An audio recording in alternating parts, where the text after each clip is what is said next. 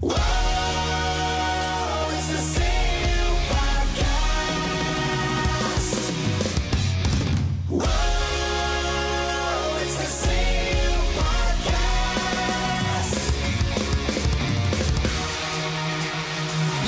Yeah, Shenmue podcast time.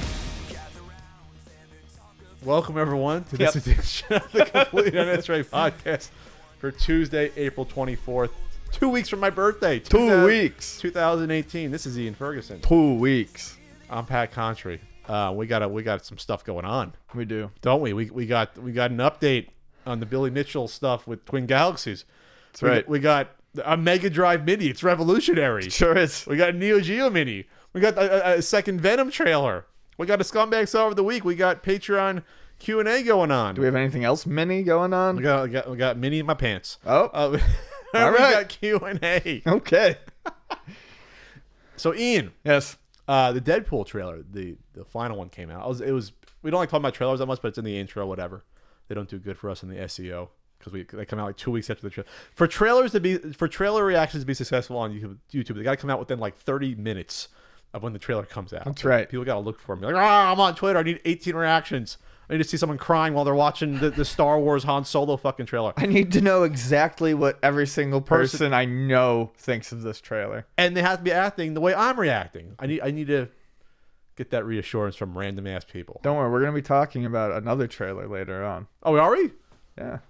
Oh, I forgot about that. That's right. Yeah. But it'll come out a week and a half later. No, because, this one came out yesterday, So it'll so... be a week late only. Yeah, anyways. So, I'm actually more excited for Deadpool 2 than I am for Infinity War. Yeah, I'm just gonna say that I just don't care.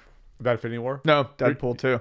I actually... Either one you don't care about. Oh, no, I'm suddenly kind of excited about Infinity War. I've a gotten degree. less interested as it's gotten closer. It's like, wow, it's coming out this Thursday. I'm like, really? It doesn't seem like an obligation. Like, I was more excited, I think, for Black Panther. Civil War was like, I was like shaking before Civil War.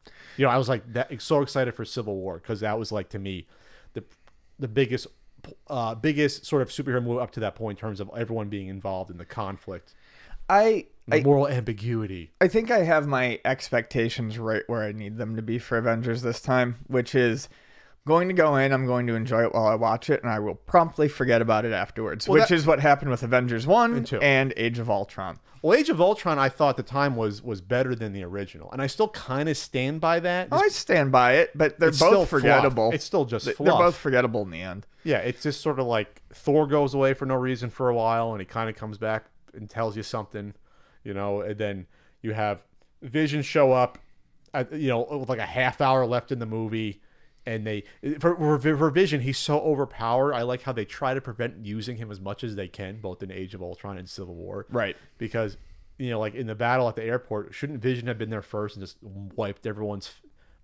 just wiped the floor with everyone? Instead, he shows up halfway through the fight, and it's just like, yeah, he kind of does a few things here and there, but not really. Right. It was probably why in Infinity War they're going to kill him like in the first 20 minutes to get him out of the way. Yeah, I think Vision's pretty much absolutely guaranteed to bite it. Yeah, I think the reason why I have more interest in Infinity War than I did is only because within the past 2 months, I think I watched Black Panther, finally saw Guardians Volume 2. It's on Netflix. Is that where you saw it? No, my buddy brought it over. Oh. And then I finally saw Thor Ragnarok, which was fucking fantastic. Just absolutely amazing. You're entangled in your core a little, by the way. You might want to. Well, whatever. Nothing I can do. So yeah, I mean, I'm not expecting it to be the be all end all, but I still haven't seen the first Deadpool. Oh, you haven't? No. Oh, by the way, you're like now like off the camera.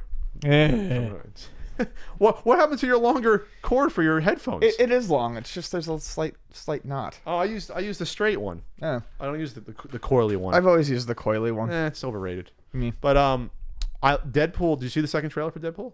No. Okay, that's why you're not excited for it. Oh. The second Deadpool trailer really shows the confidence that Fox has in the project, and the fact that it's really going to go off the rails. The first movie I thought played it safe here and there. Like, yeah, it was Deadpool, and I'm not the biggest Deadpool fan, but I know that they could have gone more over the top. This one looks like they actually are, because they have a whole team coming back. You still have Colossus and teenage warhead Negasonic. Teenage Warhead. So she's back with cute hair this time, not bald. But you have like Terry Crews in it. You got other characters. You have Domino in it, and then you also though have just, it looks like with Cable in there, they have an actual budget this time out for the movie. Oh, that's good. Because the whole trailer is like almost wall-to-wall action. In the first movie, remember, there's only 2 action sequences, 2 set pieces in that movie. At the beginning, on the bridge, and at the end of the movie.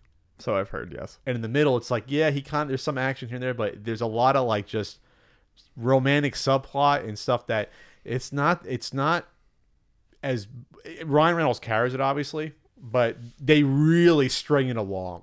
This movie looks like, okay, they know it's going to make money. We're going to put some bucks into this. Gotcha. You know what I mean? That's why this looks more exciting. Plus, they take shots at everything. There's a nice shot at DC in the trailer. Oh. So that's going to hopefully be in the movie. Do I want to give it away or just tell you? Yeah, go for it. Tell me. Cable says, "You're nothing but a freak who looks like a sex toy." And he stabs him in the shoulder. And Deadpool goes, "So dark. You sure you're not from the DC universe?" And the delivery's perfect. And it's with him without the mask on, but it doesn't matter. I hate the fact that with all these superhero movies, and Frank hates it too, that they're unmasked like 90% of the time. Right. With Deadpool, I don't mind it as much because he is in the mask a lot too, but it was funny. That's funny. And then he even says, "Pump the hate brakes, Thanos," early on in the trailer at Josh Brolin as Cable. So Nice. it looks funny. I'm excited. I am excited for I am excited for Infinity War, but just that now that there's a superhero movie every other month, it's Yeah. like, come on. You know, it's going to get For sure. tempered a little bit. And I actually saw Blockers with John Cena. That was better than I expected, that movie. It's like a sex comedy, but it's centered on a group of girls and not a group of guys wanting to lose their virginity. So that's a big change for the genre. Sure. So you can say that's, oh, I don't want to use the F word, feminist. But I mean, that's what it is, which is kind of refreshing. And it's I know it's written by men, but directed by a woman. So there's some collaboration there. But I do know from past experience, it's always tough to write for, and I wrote a screenplay in college, with a group of young women as part of it. And it's always, how do you if you're a guy, putting your head inside a woman in order to write them effectively? And I feel like they probably did as best they could, Mm-hmm. One of the 3 characters probably a little cruder than I think young women would be at that age. But then again, I don't know. I wasn't a 16, 17-year-old woman. So I don't know. Was I? I don't know.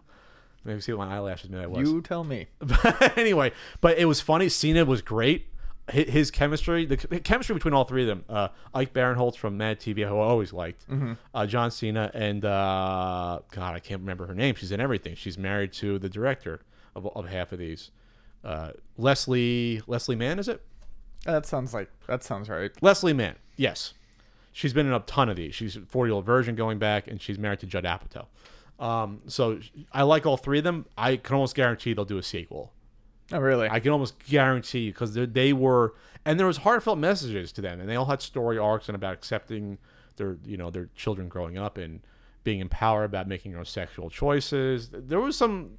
It was not what you would think going into it. Oh, okay. It wasn't just it wasn't just like a reverse Porky's. Yeah. Yes, there's gross out humor and gags in it. It's an R-rated comedy, which I love. R-rated comedies, not enough of them, but there really was some heart to it. So I was like, oh, That's all right. cool. So Cena's going to be a big movie star. I think he's going to. I can almost see Cena, based upon this, having. I don't know, saying he's going to have more range than The Rock, but The Rock is pretty much settled into I'm The Rock in every movie. Yeah. At least Cena showed He's off. typecast. But Cena at least showed off some good comedic chops here and timing and everything. So That's cool. there you go.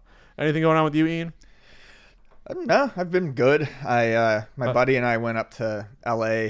Well, no, not to LA. We went on like a road trip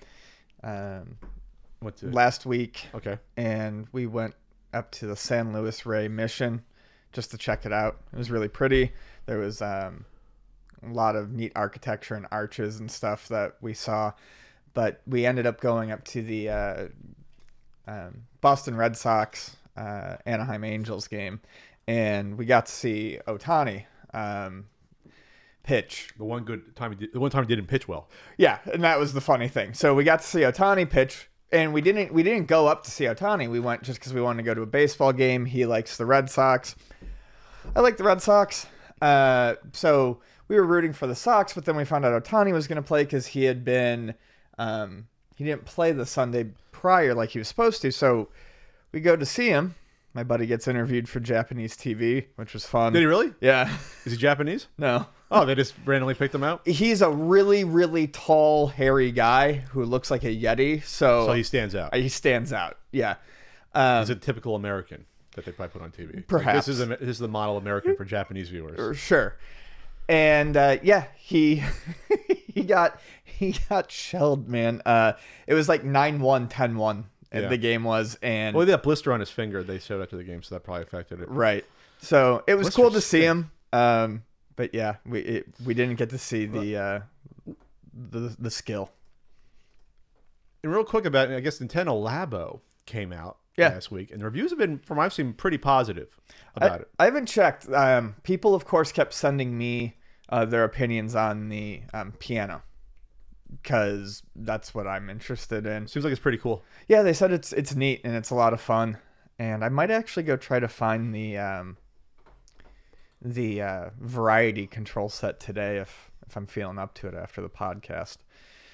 But I've actually kind of wanted to just kind of explore it myself and see what it's like. So I haven't done too much research on it, but you said that the initial From what I impressions saw, are pretty good. Adults like it. It seems like it doesn't pander to kids. Like, it's an educational tool, but it doesn't talk down to them. Oh, okay. You know, so that's good. This CNN article I thought was funny. Just from it's called Nintendo Labo, My Demonic Children and the Weekend from Hell. Commentary: with some kids, Nintendo Labo can be a magical educational bonding experience. Mine are not those kids. So I'm guessing it didn't work out quite well for him and his. I guess because you need patience, right? Sure. Like, this is not even with just like Legos, you can snap them together and do whatever. This, you have to actually kind of know what the goal is before you get there, right? And know how to use the different like magnetic little pieces, and you know what I mean. Like, there's more going on here. So I guess if you have kids that are impatient, not used to something like this, I can picture being a nightmare.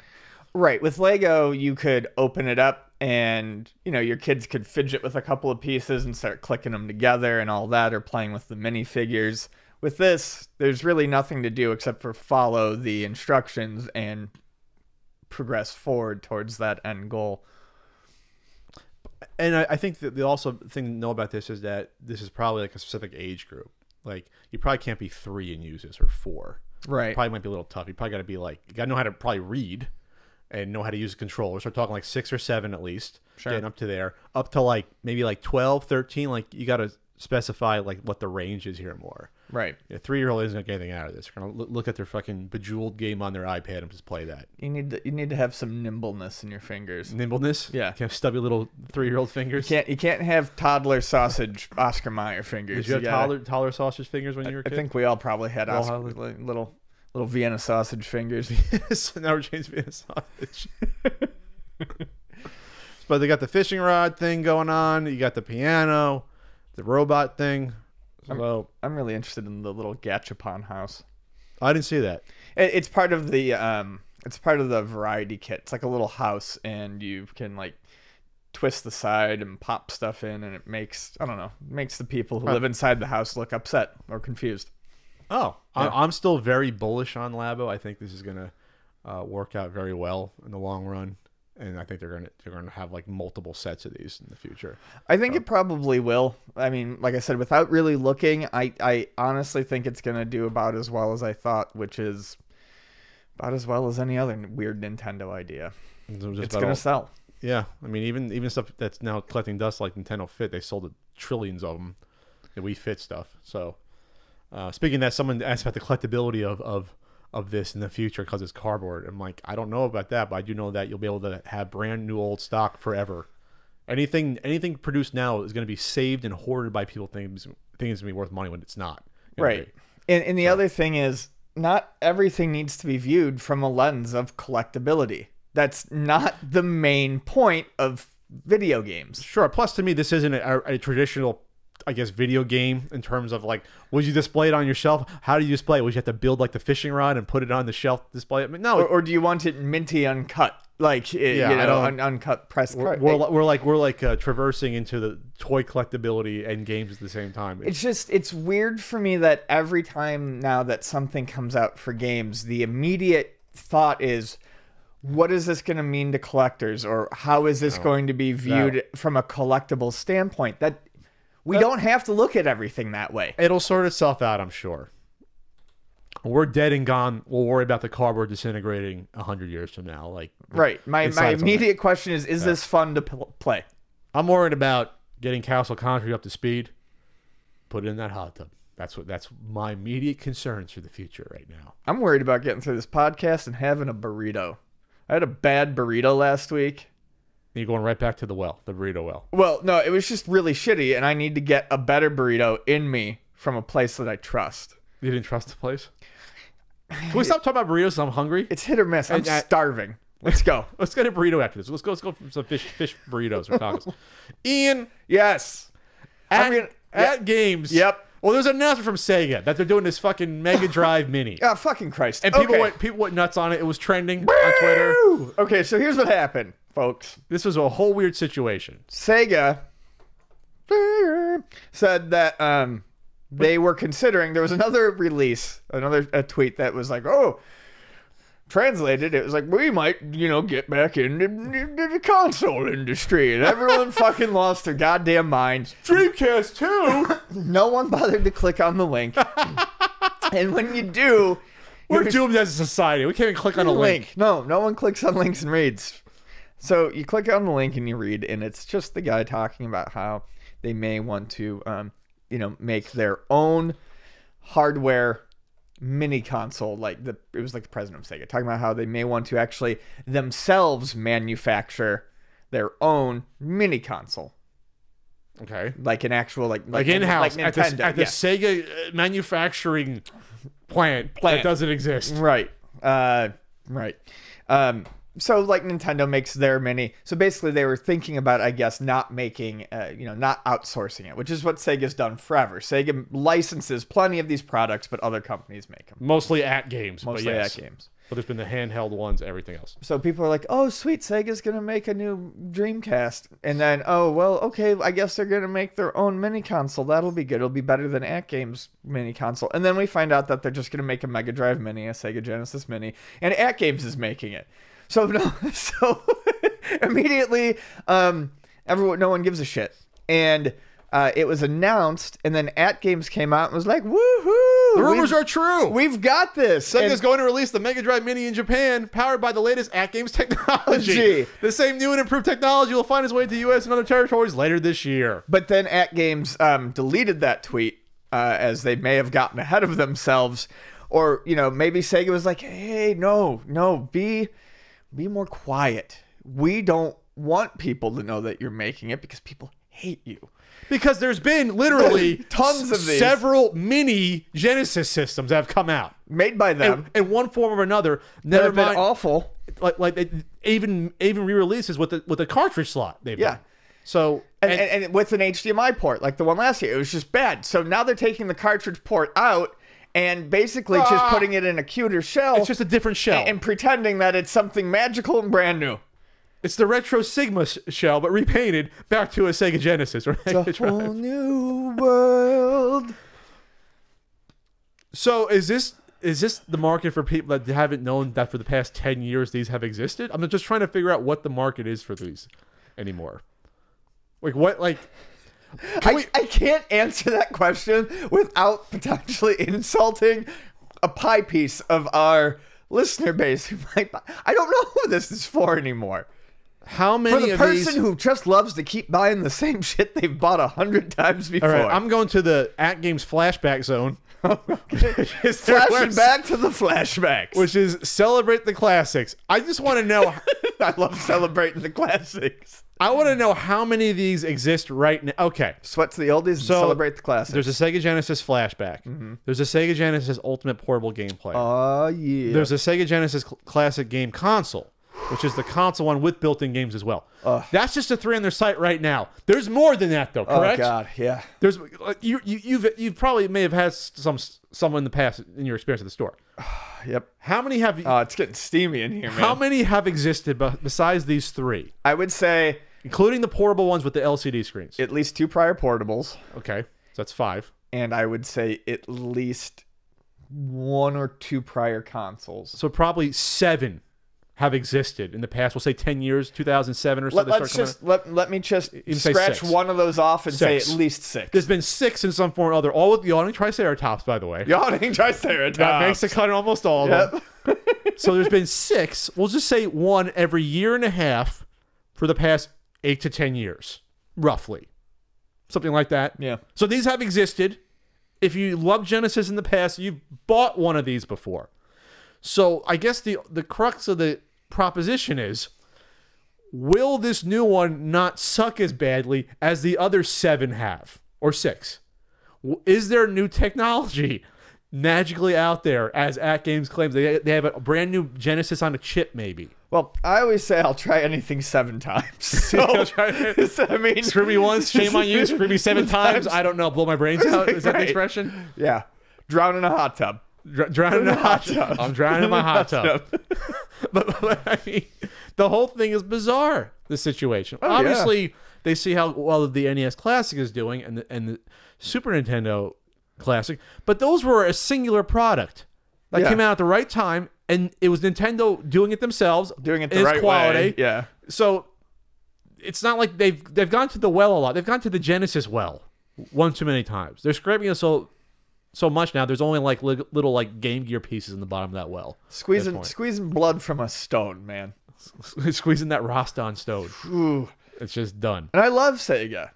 And plus they have all the free games on the iOS and Android devices. So it's just the games have been out there in 55 ways. Yeah. And you can say the same thing for a lot of these Super Nintendo and Nintendo ROMs, but not to the general public. This is the way these At Game devices have been. There hasn't been a Nintendo, cheap-ass Nintendo console on the shelf at every Target and Walgreens the past 10 years like these At Games ones have been. So the public has seen them already. That's where I think the difference is here. So, and they're licensing them out also. We're talking about later. They're going to be on the Switch. So I mean, there's just a lot. Sega seems like they're having an announcement every week now with this stuff. Yes, I think that's the issue to me. Sega went so long with no news that, and then they, a good Sonic game came out. They discovered something called licensing for games. So about 10 years ago, 11 years ago. So we'll just give our games out to everyone. Right. Which is what like Konami's doing now, and whoever owns the Data East games, just anyone can have our games for $1.50. Take our games, especially Atari doing that. Yeah. Like Atari's like, here, you'll pay us later. It doesn't matter. We'll trust you. You're good for it. We trust you. Spot me a couple beers next time we go out. That's sure. Fine. Just go ahead, have Centipede. Yeah, play it with a 4-way joystick. I don't care. Put it on whatever the hell you want. Put it on anything. Put on a thumb pad. Yeah. Whatever. All right. Well, that's all I have to say about this At Games announcement. I just think it's all I care about. It's all you care about. Speaking of that, do you have your Sonic cult? What was the topic you were supposed to put on here? Sonic cult being canceled. What was it? I don't know. Someone suggested it, and it's like I don't. What is the Sonic cult? I don't know. Should we know what this is? And this is not. I don't remember the person's name, but. Is it the cult? What is it called? It was, I don't know, but it was, it's not meant to be, this is not meant to be a stab at the person who asked us this question, but we get these questions every once in a while that make me laugh about things on the podcast where people will be like, I'd love your thoughts, or could you weigh in on X, Y, or Z? And I'm like, I have no idea what this is. Like, I'm glad that people respect us enough that they would want our opinion on something, but I'm like, this sounds like it's like deep and hard but I have no idea what this fan site or something must be. Well, if it's a Sonic fan site, there could be some deep and hard material probably on there, one form or another. Oh yeah, probably an absolute pounding. Absolute I'm sure. Don't know who's getting pounded by whom, but of some anthropomorphic animal creatures. There is some pounding. All right. Speaking of pounding, poor Tails. He's always on the receiving end. How do you know that? Look, it's Tails. Cool, he's so innocent. Yeah. I'm not in that world. I'm never going to be in that world. Just take a guess, Pat. I mean, you can just guess these things. 2 tails, 2 assholes. Is that what it's? I didn't go there. I don't know. I didn't go there. Like, what is the appeal there? I don't know. I'm just saying. Okay.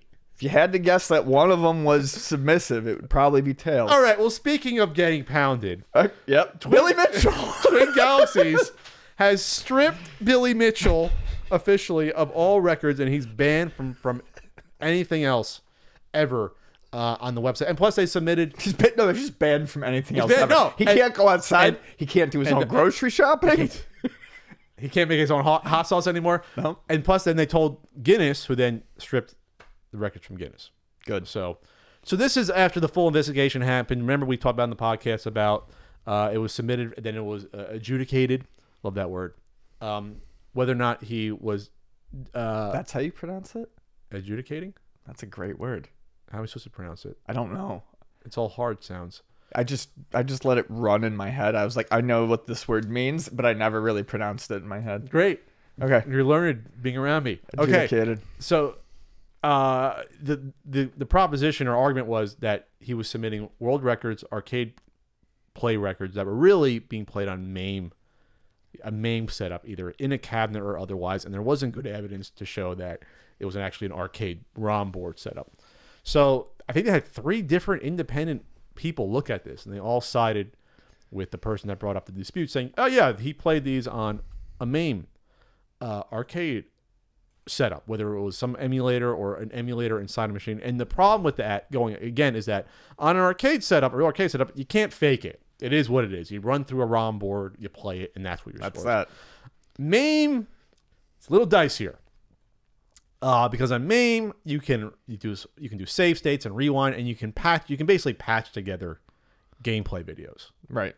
from various times, starting A to B. You can restart a level with a save state. You can do stuff that you can't do on an arcade board. So that's why they're separate, just in case. So Well, and there's slightly different time. It's on more, timings and things like that too. Yeah, and that's more their concern, really, is that even if you've taped it properly and there's no evidence of save states or things like that, there are minor enough inputs. There are minor enough issues with input and timing that they still think it could be enough of a difference to not count it. Sure. And frankly, if it's an arcade, regardless, if it's an arcade record, it should be on arcade Yes, hardware. if you said it's a real arcade board and it's not, it's on you. Yeah, for not knowing that. And already that looks suspicious. Sure. Why are you lying about it? So this goes back to even the King of Kong thing, because I was like, who was the first to get a million high score ever in the game? Steve Wiebe or Billy Mitchell.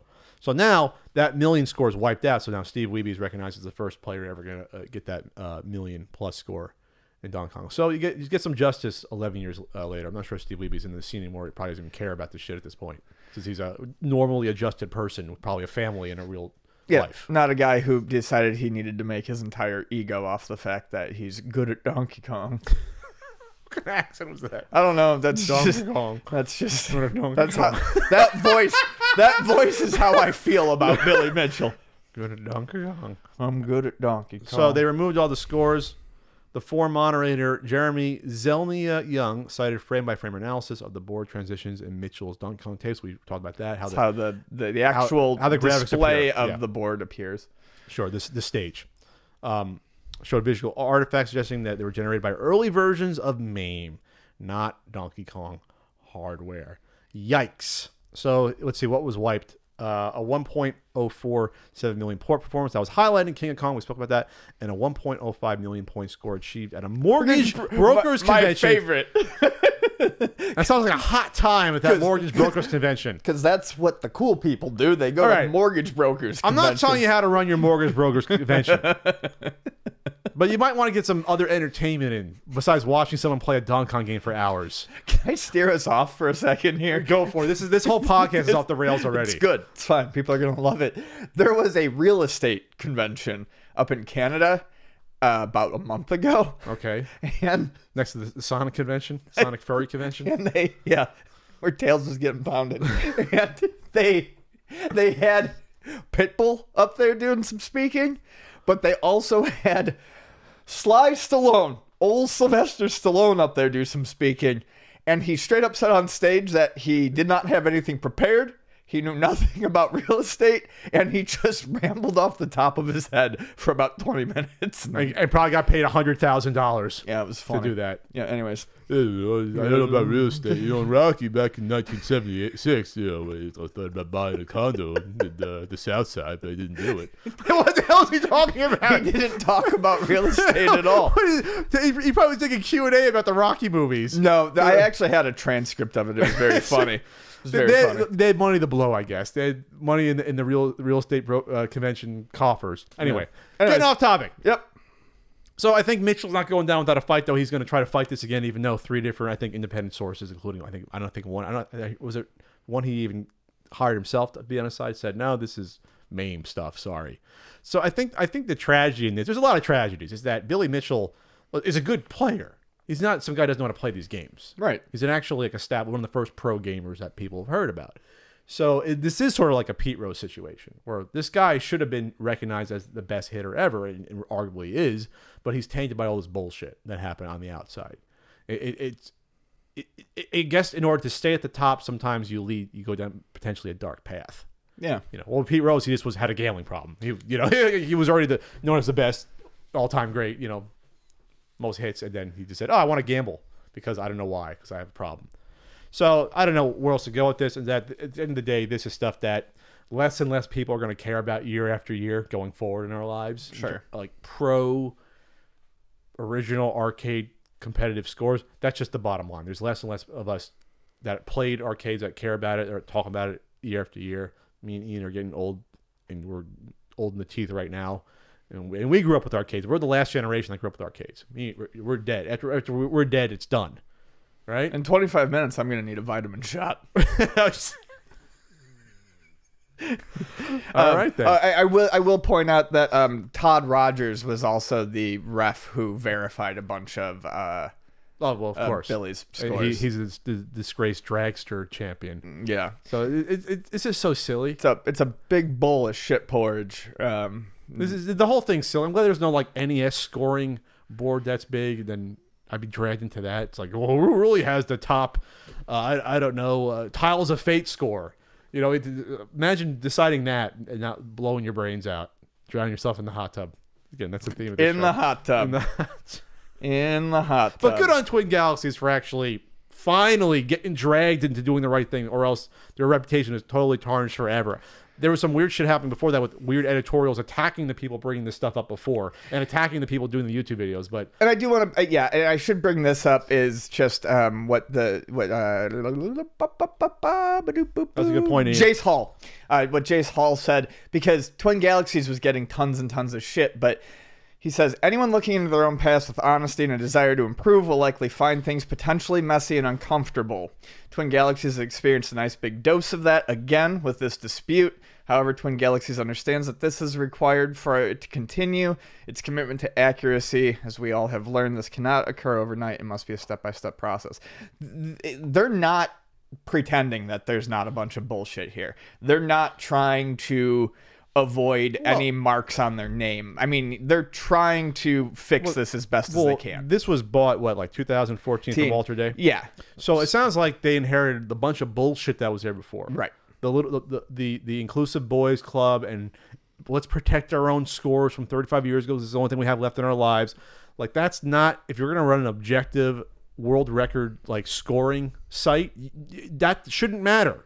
Get rid of that. Yeah. Get rid of the trash. And it doesn't sound like they knew about this sort of shit. There could have been some naivety as well. Yeah. You maybe don't know the full history, but you should look into the characters on the site. So I don't know. That's all I got to say about this topic.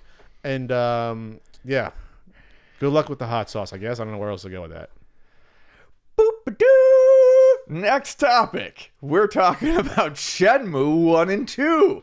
So yeah, Shenmue 1 and 2 are coming to PlayStation 4, Windows, Xbox One, possibly Game Boy Advance, Neo Geo Pocket Color. No, but seriously though, it's not been announced for the Switch yet, which I think is kind of weird. Yeah, but PlayStation 4, Xbox One, and Windows for sure. So these are HD remakes. Yes. Which is kind of, I guess, not surprising because Shenmue 3 is on the way still. Yeah, and I mean, Shenmue 1 and 2 are well-loved, and they've never been necessarily the most easily accessible games. The first one was on the Dreamcast, which wasn't, I mean, I love the Dreamcast. Lots of people do now, but it's not Oh, hold on. They're not remastered. They're just scalable screen resolution. So it's the same. They look the same as they did 20 years ago. Right, HD remaster, not a remake. HD remaster. Okay. You know, whatever terms people want to use. So it's easier to put out. They're not redoing the whole game. Okay. Right. But the first one was on the Dreamcast. The second one was on the Dreamcast in Europe and Japan, but it didn't get a US release. It did get a release on the original Xbox. These weren't on PlayStation or Xbox 360 or any of these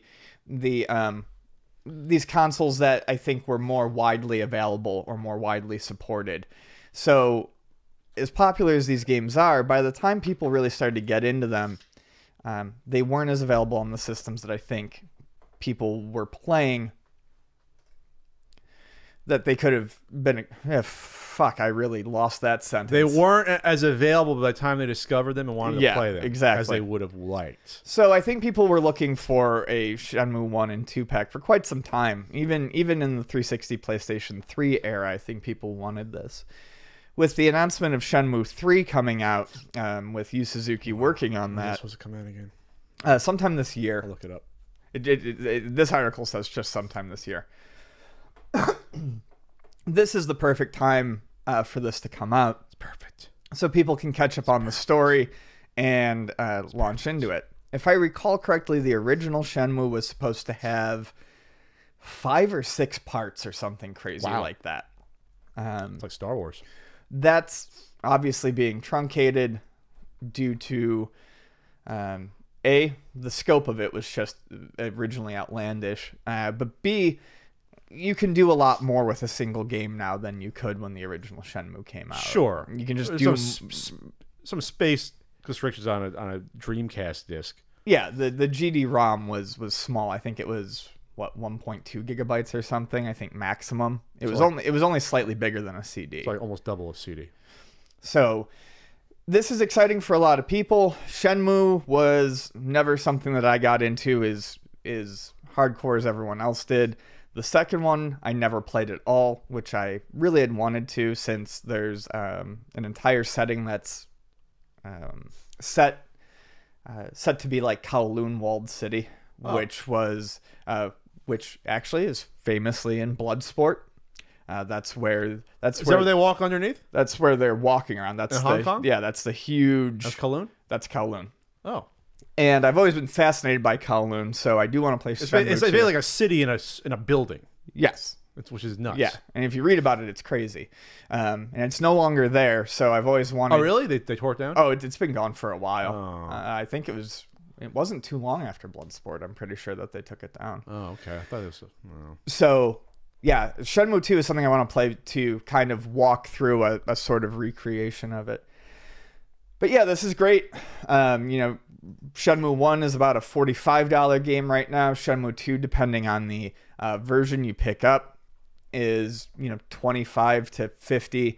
So this is going to be excellent and get people set up for the upcoming release. I expect this is going to sell pretty damn well. Kowloon Walled City was complete destruction in April *94. Now it's a park.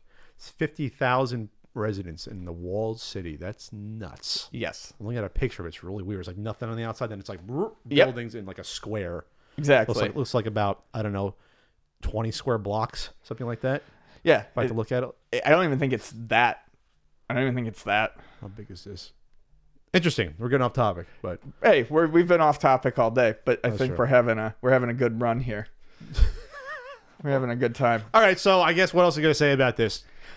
Not a whole lot. Good for the remaster, not remake. It's a remaster. No, it's a remake. No, it's a remaster. Remaster. It's a remaster. They're scaling that puppy up. I enjoy what came after Shenmue a lot more. Shenmue was kind of the basis for what became Yakuza, which is, in my opinion, They just came out with a new one, right? 6. I need to get that and play that. I didn't know there's that many. Oh, And I think they're doing technically the, 7. And of course, they're doing the movie with Donnie Yen. I think still. 0, 1 through 6, Dead Souls, the one that takes place in the 1800s. There's like 8 of them. Most of 9. them are the same guy starring in it. Or no? Kiryu. This is the last one with Kiryu as the main character. How many times can you fight the Yakuza? I guess I don't know. He's in and out of the Yakuza. It's a very complex, lot of ins, A lot of outs. a lot of outs. Okay. All right. Well, that's fun. Speaking of minis, Ian, Yeah. we got another mini announced that it's a little bit little mysterious. Oh, mysterious. So I'm very interested in this. SNK is making a lot of announcements these days. See, SNK is the anti-Sega. They pick and choose their battles. Yes, they've been off once or twice, but they're not just like tossing out their properties like it's fucking their own They've been species. off a lot of times. No, but I mean, it's not love- like Sega. It's not. But I do love. Yeah, they had that Gold X piece of garbage console. Hey, but they shut it down. They weren't Yeah, like, so I let's mean- just keep making that money. They're like, fucking A, Tomo. That's what I mean. No They're- more. They're the anti-Sega. You stop with this bullshit. We don't like When it. I still see those, I gotta look at them and be like, "Oh, is this a real Neo Geo?" Oh no, it's not. Yeah, This is a garbage remake with like ROMs on it, or the fuck it is. It's just a butt pony. I don't know what that is.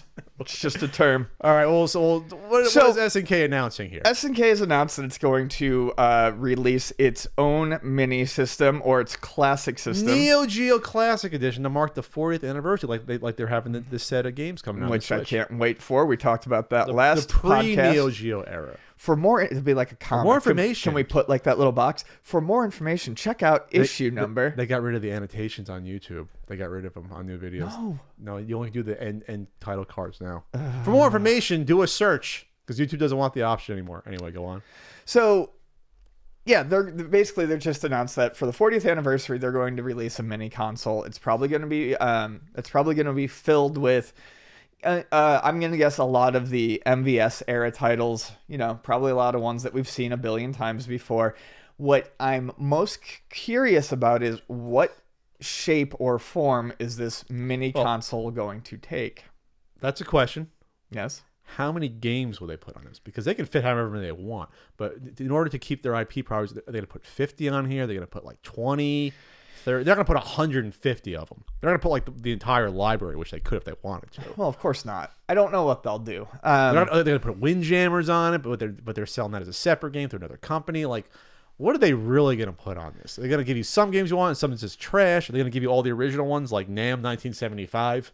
And Baseball Stars, which I wouldn't mind having, like Super Spy, like the original run, King of Monsters and stuff. It's tough to know. I don't know. I don't know. I mean, will they put on like the first King of Fighters, or just put on like the ones that came up like World Heroes and Art of Fighting before it became King of Fight? Like what makes the most sense? I'd say the earlier games. So for an anniversary system, I think earlier games would make sense. I think one of the selling points for this console would probably be them including joystick controllers, reproductions at least of the home controllers. So you're gonna have your nice ball top joystick. Not ball top, probably bat top, like the original. What was a bat top again? It was the AES home sticks. Okay. Trying to picture. Why can't I picture in my head what a fucking Neo Geo I cabinet have looks like? no idea. I own one. Because you're a fake gamer. I'm a fake gamer. You're a fake See, gamer Pat? boy. You're a fake Game Boy. What the hell does a cabinet of a Neo Geo look like? Oh yeah. The slimmy stick. A bat top. That's what it's called, bat top. Okay. Bat top. Those are cute. I like those. Not a lot of machines ever use those. U.S. machines use them a lot. Ugly bastards. So anyways, I have a feeling that to sell it, it'll probably have to come with some sort of arcade sticks. Two or one? Chintzy maybe, but probably just one. With 4 buttons, a nice little layout with the colors coordinated that we like. And the home ones weren't color coordinated. They were just gray. For this, I think they would do it. Sure. Or the picture that they show. Picture is telling. The picture is telling, and I mean, I love this picture. It could be very expensive if they do this. This looks like, from the picture, it looks like a barcade tabletop. Yeah. With a built-in screen. It looks like those tabletop bar top arcades that you see at all those conventions that are of dubious legality that have like, MAME running on them. But it looks like an official one. One of those ones that would probably be about, yay tall. 2 feet, 2.5 feet? Yeah, about 2 feet, 2.5 feet. I mean, look at the picture. That's what it looks like. It looks like a Vectrex. Right. But it has a black sheet over the top of it, and you can't tell what it is. From the looking at the black sheet, it only looks like one control panel. It looks like that's room for 2. No, it doesn't. Unless they're like tiny. Right. And it looks like one to me. So this is what I'm guessing, Ian. I'm going to guess this. You're going to get an all-in-one barcade top premium. Like no one's done this before. Mm-hmm. Like a licensed company. And you're going to get like 20 to 30 games. Mm-hmm. You're going to get the option. You got your little monocle. You're going to have the option to buy a separate control panel to probably try to keep the cost down, and that's what you're going to get.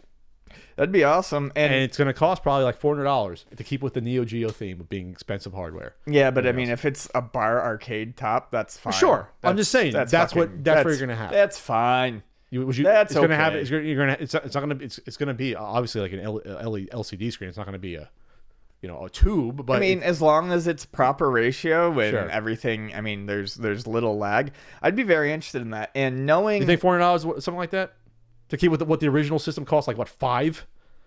I just can't imagine it costing Or $6? less. For if it's a high quality control panel, not just a chintzy thing. And you have to realize that a really nice arcade stick, like a top of the line arcade stick, is $250 to $300. Is that much? Yes. For a good one? Yes. What does Analog sell theirs for? I just want to say. Because Analog makes good consoles. That doesn't mean they make good arcade sticks. But they do have a Neo Geo. Sure. The 71 that was beautiful. Beautiful doesn't mean good. I'm not. All right, I'm not. throw them under the bus. I'm not talking shit I just about want their to get consoles. a price, asshole. I just want a price. You should look into a well-known arcade stick manufacturer. It came to mind. Oh my god. Why you gotta be mean? I'm not being mean. I'm just You're being saying. you're being a little catty right now. I'm just saying they make great. You don't.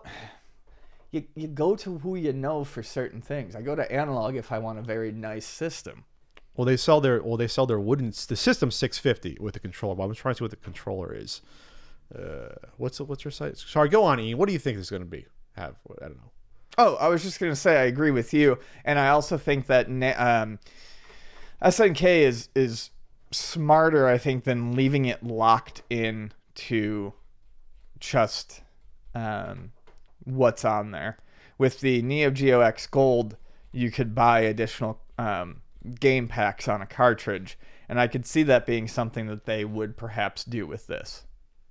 So, but this will be jailbroken. Probably someone will get in there Oh, and sure. load ROMs on this.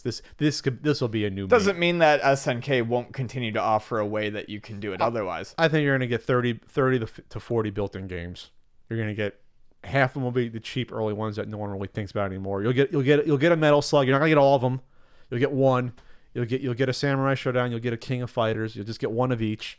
You'll get a bunch of. You'll get like the golf game, which is fun, but not the ones people are like hearkening to buy this for. You get a nice variety. I think you'll get a soccer game. You get baseball stars. Sure. I don't think you'll get a Windjammers probably, because that's a property that's better known now and people are playing it elsewhere. But yeah, you're gonna get probably a good variety. I think on here. Yeah, and like I said, they didn't limit. Get Magician Lord. I like Magician Lord. Not a lot of. I'm not saying it's bad. I'm just saying you get those early titles. Yeah, I had to double check this just to make sure I wasn't speaking out of my ass. But Windjammers is an SNK.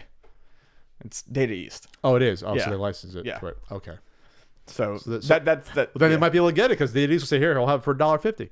I don't know. Windjammers is doing Gangbusters on its own in So it won't. in Okay. post-life re-release. I mean, it's in tournaments everywhere now. There's tournaments of this game?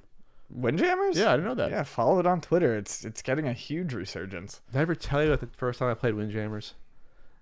And how I destroyed everyone I played? Oh, yeah.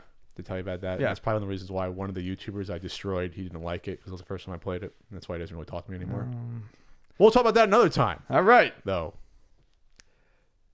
Anyways, I think that exhausts our conversation on that topic.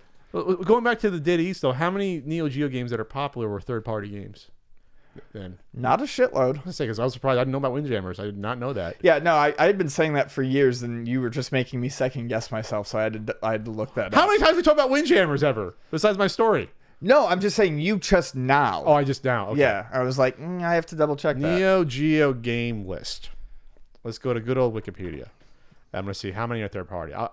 I'll guess like 10% are third party, and it's probably like that. Well, and a lot of them, like Super Dodgeball, I know off the top of my head. Obviously, that's Technos. a lot of the companies like You Make Hobo and stuff were like Playmore, Second. made SNK versus Capcom. That was on the Neo Geo. Play More. Yeah, 2003. SVC Chaos. Holy shit! That was actually in machines, like the original machines. By Yeah, then? Trig's got the cartridge. Oh, nice. Is that worth money because of that? Probably not. I mean, maybe SNK now. Most are either partially SNK Yeah, at least. exactly. There's very few that were not published by SNK. Developing, there's still most by SNK. There's some weird ones. Eolith, the King of Fighters 2001. Anyway. Oh, I love Sengoku. That better be on that. I'll fucking kill someone if Sengoku's not on there. Sengoku 1's on everything. Better be. Sengoku 3 is where it's at. Is that where it's at? Yeah, Sengoku 3 is the stuff. Street Slam? I never played that one. Spin Master? No. Anyway, Ian. Yeah. And of course, you got to bust a move. Oh, yeah. I'll play tournaments of that. So I'm looking forward to this. I might be up for this, especially because this will get hacked in a second. Mm-hmm. And then you'll have all your arcade ROMs on a pretty well made. Then you can buy those anyway, though. You can go to companies and buy them. 4 buttons, though. Well, that's enough for most games. But you won't have a 4-way joystick for like the original. If you want to beat Billy Mitchell's scores on MAME, you won't be able to do it. Beat Mitchell's meat. What? Mitchell's just beating his meat. Mitchell. Ian. So Pat. we talked about the Venom teaser. Yep. I'm not sure we're getting a lot of topic length out of this, but the Venom teaser came out, and it was a thing. Sure. It was a movie that presented itself as such. There was characters, there were actors, people were saying lines of dialogue. There were special effects in there. There was an overturned car. There was sound mixing going on. That's really all I had to say about that Venom teaser. Yeah, same. So it's only like 2.5 months later, it seems like, probably to get in on the Infinity War action, to probably put it in front of that. I wouldn't see why not. They have a Venom trailer. That's the thing.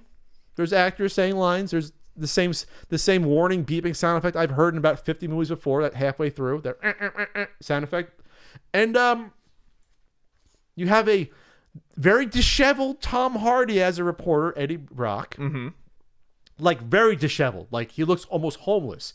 Yet I guess he's this like investigative reporter that doesn't have hygiene, but still is ripped like Eddie Brock's supposed to be. No, you just haven't seen me after like a bad day at work in the summer.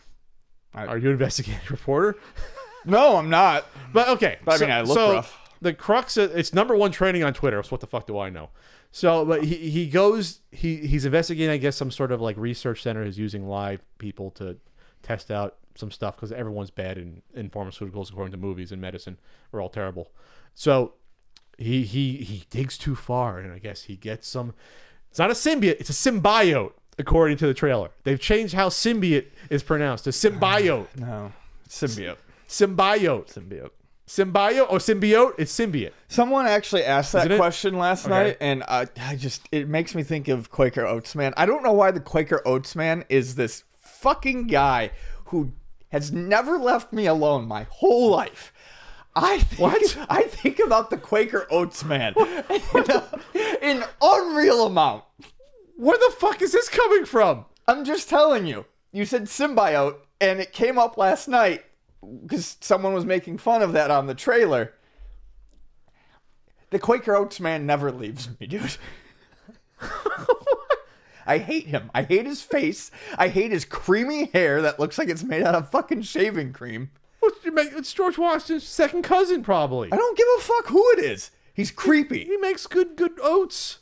The Quakers quake. Does he make rice too? Is there Quaker rice or is it just oats? I'm thinking of Uncle Ben. The Quaker Man. Out there in Pennsylvania, probably? The Quaker Man, his face is on some rice cakes. Oh, that's why. Yeah. No, those were popular too. Anyways, symbiote. Where did this? Let's get into this. Let's have a discussion. When did you first discover that the Quaker Oats Man was haunting you? I think it's because my grandmother had a picture, like a magnet with his face on it. Oh, it's William Penn, by the way. Okay. The William Penn of Pennsylvania fame is the Quaker Oats Man. Fuck him.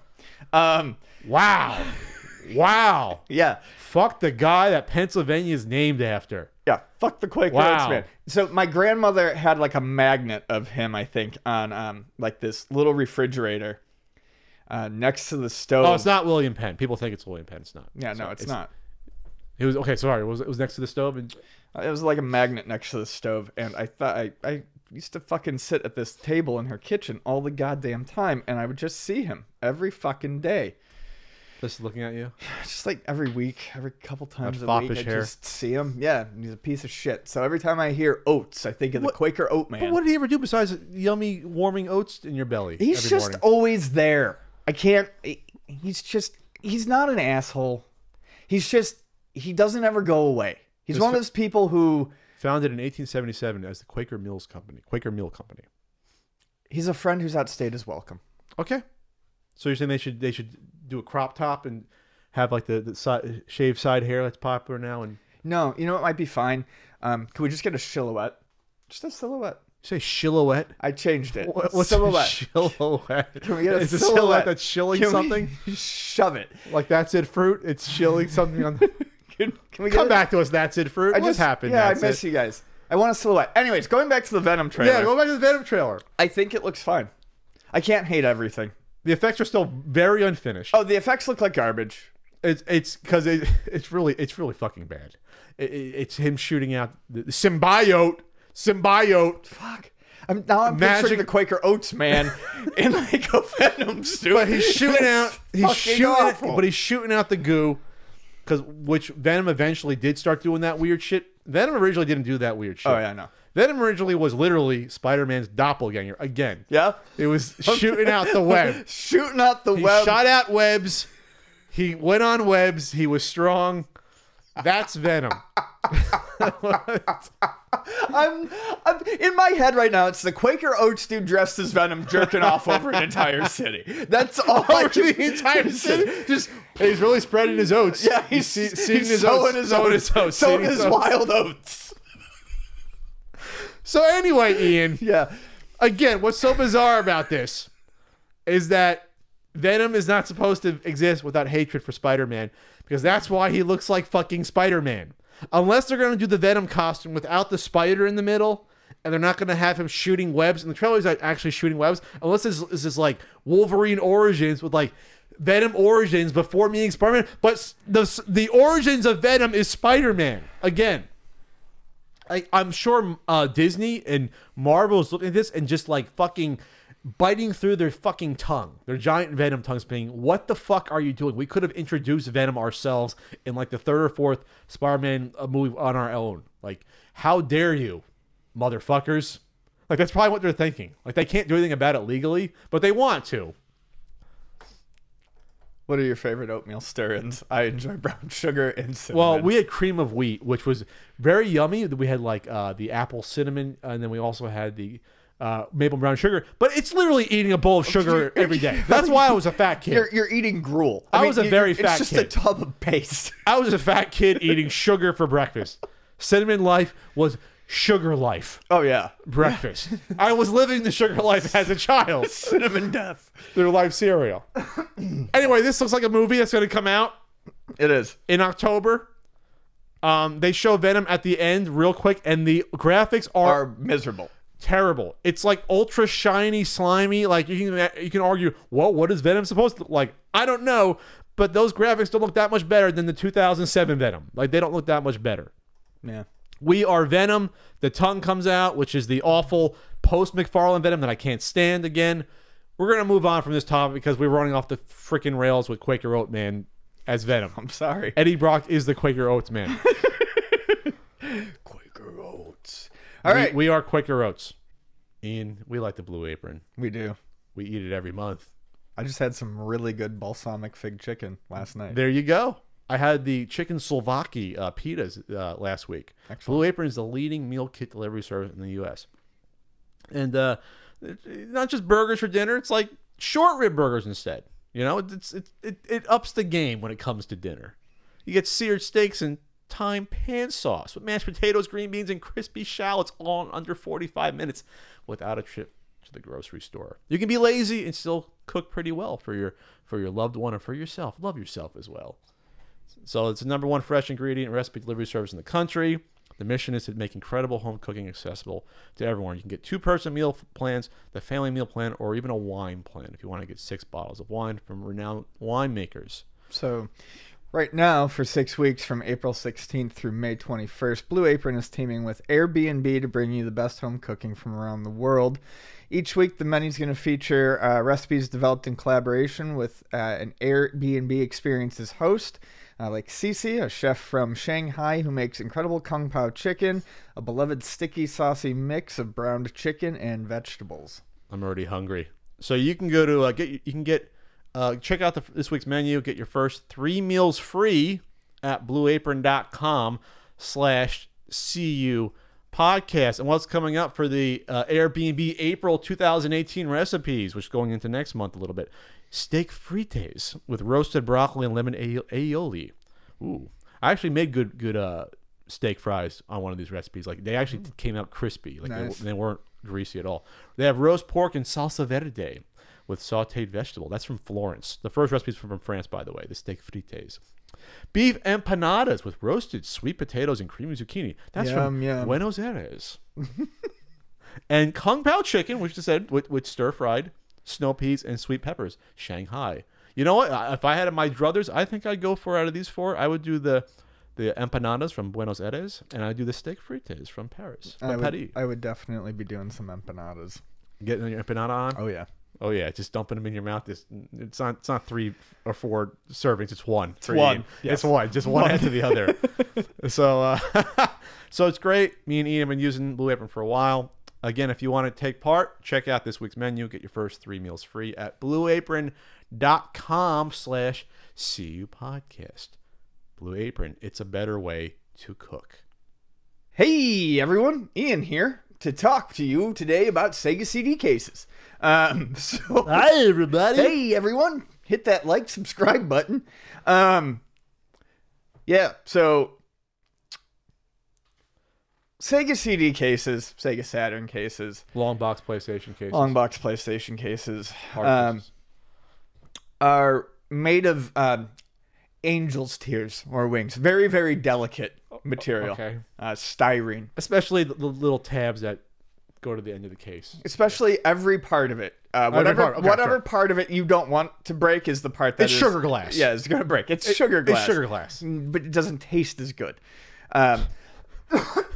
Okay. They shatter into tons and tons of pieces. They are the bane of my existence at work. I hate them. You can probably cobble together sets of them from all the pieces. Like, Perhaps. glue them together, Frankenstein a case together. If you have never been cut by a shard of jewel case, good, because paper cuts suck, cardboard cuts suck. These are real bad. So you can't buy replacements of these, or at least you couldn't. Well, we discussed on the podcast about 6 to 8 weeks ago about how limited Run Games was looking into producing their own. They announced exactly. it. When that happened, at the time, I was not aware that there was a seller who had already did their own from, I think, China, and was selling them in a set on Amazon. But that seller did email me, giving me a rundown of information. Yes, I recall. And I was like surprised by what was. I'm not going to go into the fine details. Some of that came out in this Kotaku article again, too, by our friend and journalist Chris Kohler. But there's now a competition between two parties over Sega CD replacement cases. Right. We went years and years without having these. We went 20 years without them, and now two rival companies. And this is a lot of money at stake here. This isn't chump change. No, not at all. You have to get molds made. You have to get a large quantity made and get them shipped over. As detailed in this article, the amount of money at stake here is Talking 150 grand. Yes, that is Investment. that's what Limited Run Games has put into this. And Chris, the other guy, does not have quite as much in, but still has quite a bit of his own money tied into his. Sure. So he got his done in China, which is Limited Run in this article is kind of upset about because Limited Run wants to keep the molds here so they don't go over to China. So you have next week you'll have 1,000 people making them on AliExpress. Right. Their concern is that even though the fellow Chris, who has the other molds done, who is not Limited Run, is that with the molds being done in China, there's fear that through less than savory means, these molds that are his, regardless, could end up being used to produce basically bootleg replacement cases. Sure. And then they'll flood the market, and then you'll screw yourself and screw anyone else. None of them are going to make any money off of the investment they've made in making these. And it seemed like in the article, Chris doesn't really care that much about that being a possibility. But here's the thing, Ian. Yes. The cases that exist are not that good. Right.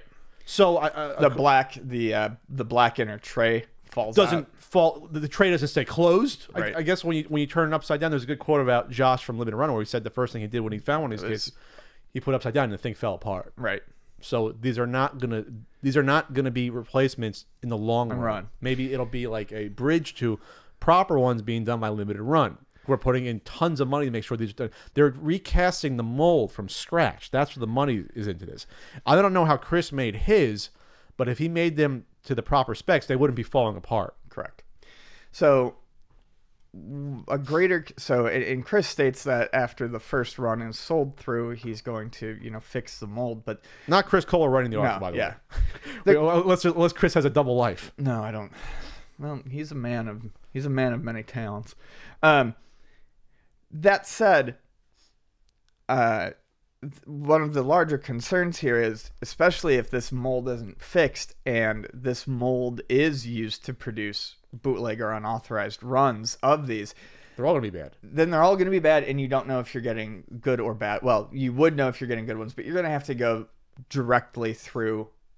Limited Run is still going to be the only place you're going to want to go through to get these. Sure, you might pay a slight premium, potentially, but at least these are to the specs of the original. Right. So at this point, it seems like Limited Run is still the only place to go. But then, when you're looking at cases in public now, when you're looking at nice cases or replaced cases, now you're going to have to wonder, where did these come from?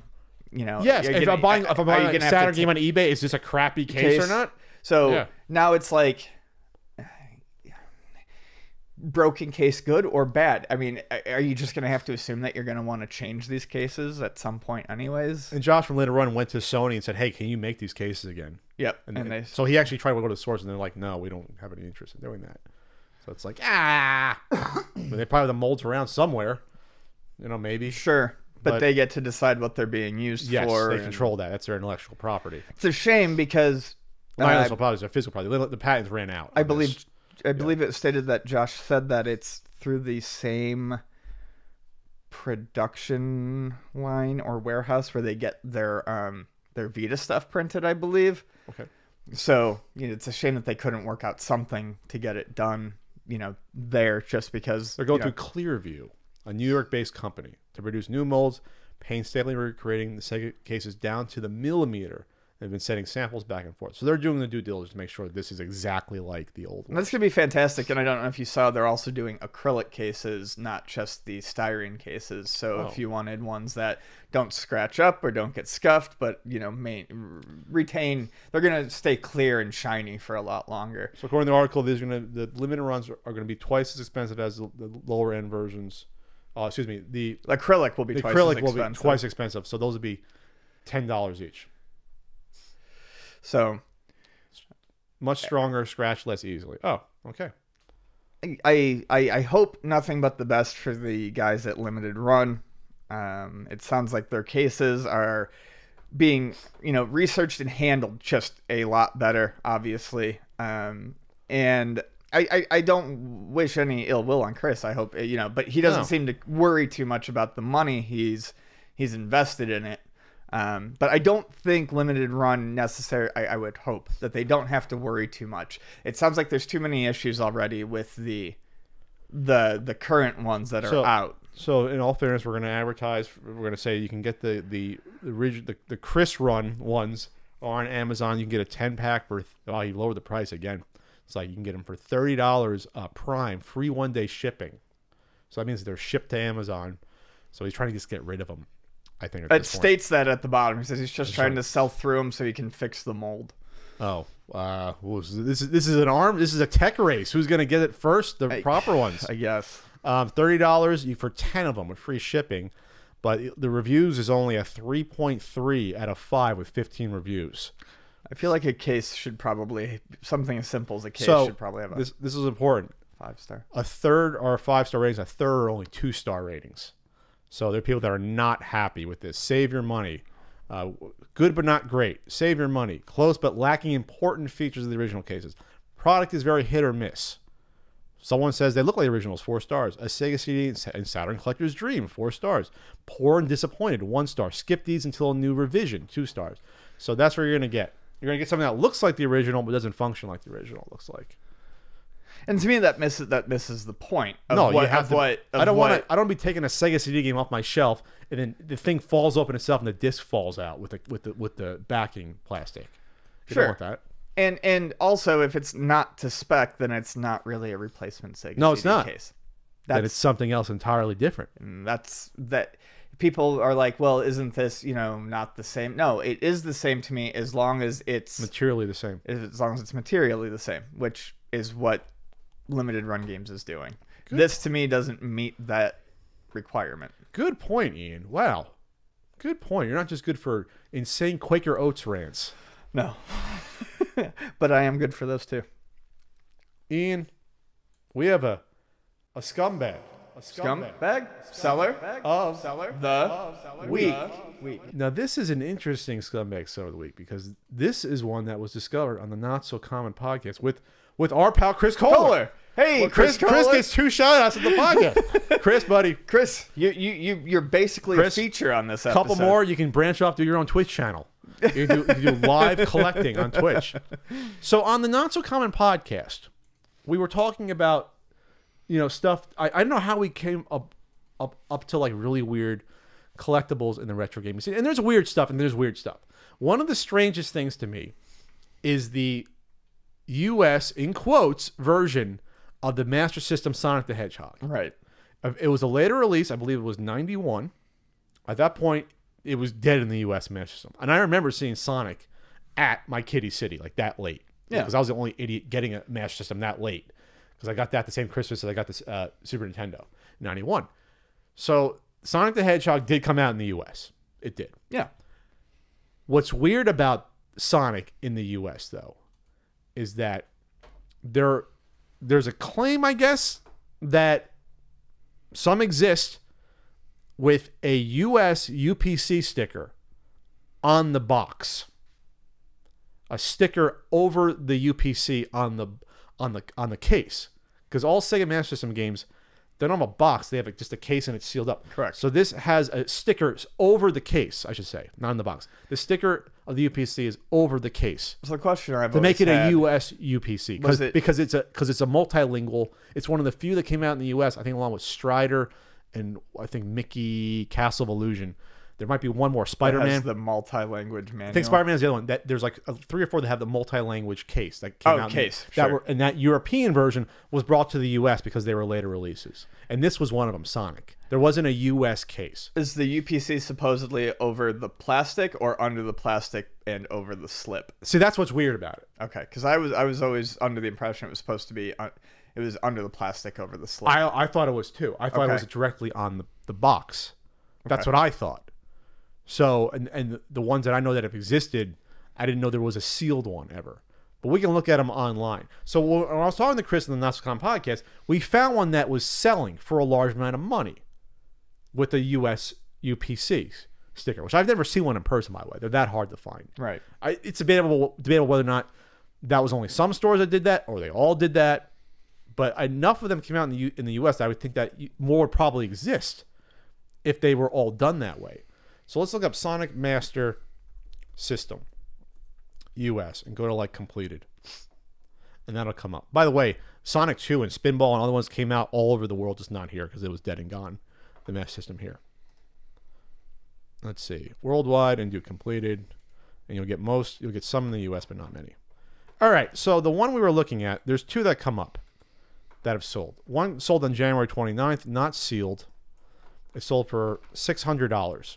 Which to me, I remember looking at that, I'm like, that's actually, for a game that, even just a little piece, it's actually not terrible price if you value it being that rare. Now, we'll get into valuing a sticker for that much money, though. So the one that sold in New York at the end of January, yes, if you look at the sticker, it's directly on the case. Okay. On the top of the plastic part of the case. Okay? And you have the number there you see is 070767 on the last 6 digits on there. That sold at the end of January. It totally covers the plastic one underneath. Right. Totally covers it. So then me and Chris discovered this one that was selling for $1,300 in beginning of March 12th. And this is out of Arizona. Sold by the seller is Cat Babe. 2 T's, CATT_babe. Cat Babe. Right. No, Cat Babe. So that one that sold, when you click on it, did you find it? I found the seller. So click on the completed. So this was a sealed one, first of all. First of all, it was sealed. There's even the Sega seal on the sticker on the case that opens that you see on some of them. Yes. when you look at the UPC though, it's weird. It's the same numbers as the one we saw that was authentic that sold for $600, but it doesn't totally cover up the code on the case underneath. So when Chris saw that on the podcast, he said, that's strange. I've never seen one that didn't cover up. It's shorter. Why isn't it covering up the entire UPC code on the plastic? You got it yet? Just look at completed I have listings. the current one. Just click on completed listings and you can find it. So at the time, Chris said, I think that could not be real. That could possibly be fake. And I thought to myself, that's a good point based upon because Chris has one. And for the ones that he's seen, they totally covered it underneath. And if it's a UPC, you want it to cover because you don't want to have to scan two different ones by accident. Like a UPC is a code that you scan. 1325. Yes. Yeah. That's it. So if you see that one, you can see that it's totally not covering it. So we didn't think anything other at the time. But there's now another one for sale from the same seller. Another sealed U.S. Sonic the Hedgehog with the UPC. Oh, okay. Yeah, I can. That UPC is totally. It's not covering it. Yep. So now if you look at the new one for sale, so the last one sold at $30.25, and I feel really bad if that person got it because it was most likely fake. It was a European one that they put it. Right. Because the European ones go for like $20. Yeah, they're That's worth one I have. nothing. I don't give a shit. So, but when you look at the new one, Ian, they're starting at $1,444.44. Yep. There's a weird Sega seal of quality Quality. sticker on it. I don't know what that is. That looks like a Genesis, the gold Genesis logo Yeah. to me. But then when you look at the UPC of the new one, It's totally different than the last one. it's totally different, but the number is not proper. And Chris Kohler tweeted this saying, that's the UPC, I think he said, of Golden Axe Warrior. Here. Shenanigans! Whoop, you're a scumbag. I mean, the likelihood of this person finding two of the sealed ones, unless they had like new old stock, is low as hell anyway. Sure, the likelihood, but then they would not have different UPC Well, obviously, codes. I'm just saying, just them having two of them would be odd to begin with. But two UPC codes, two differently cut UPC codes, different numbers. So this would be easy to pull off. You'd find it. You'd buy a 15. It actually could be cheaper than that. When I went to Europe, I think they were cheaper. You pay $15, $20. You buy a Sonic. You fucking cut out a UPC sticker. You print one up. You slap it on there. You reseal it up, and you say, "Oh, this is authentic." Yeah. And this was always a concern I had with this game in the first place. I kind of figured that this might have been a larger problem. I'm surprised that this hasn't come up on the podcast yet. There's not many people that are looking for this or know about this or Okay. value it. And this is where I got into Chris, or me. We actually kind of agreed on this, is that when you get into the video game ephemera or the stuff that's like weirdly associated with the games, when you start to overvalue them to begin with, like in the case of this, that's where I'm out. Because this is what happens. When you have someone that could have just got fleeced for $1,300 for literally thinking that a UPC sticker was made at the time and put on that package, I'm out. Yeah. That's because materially the game's exactly the same. The case is the same. The manual's the same. The game's like everything's the same. It's the same game. The games were produced the same time. Just that some came over here and some store or whatever, or I don't know if Sega of US did it, or Tonka at the time was even, because they were doing the distribution of the Sega games, decide we want to put a UPC sticker to help out the store, the local stores in the US.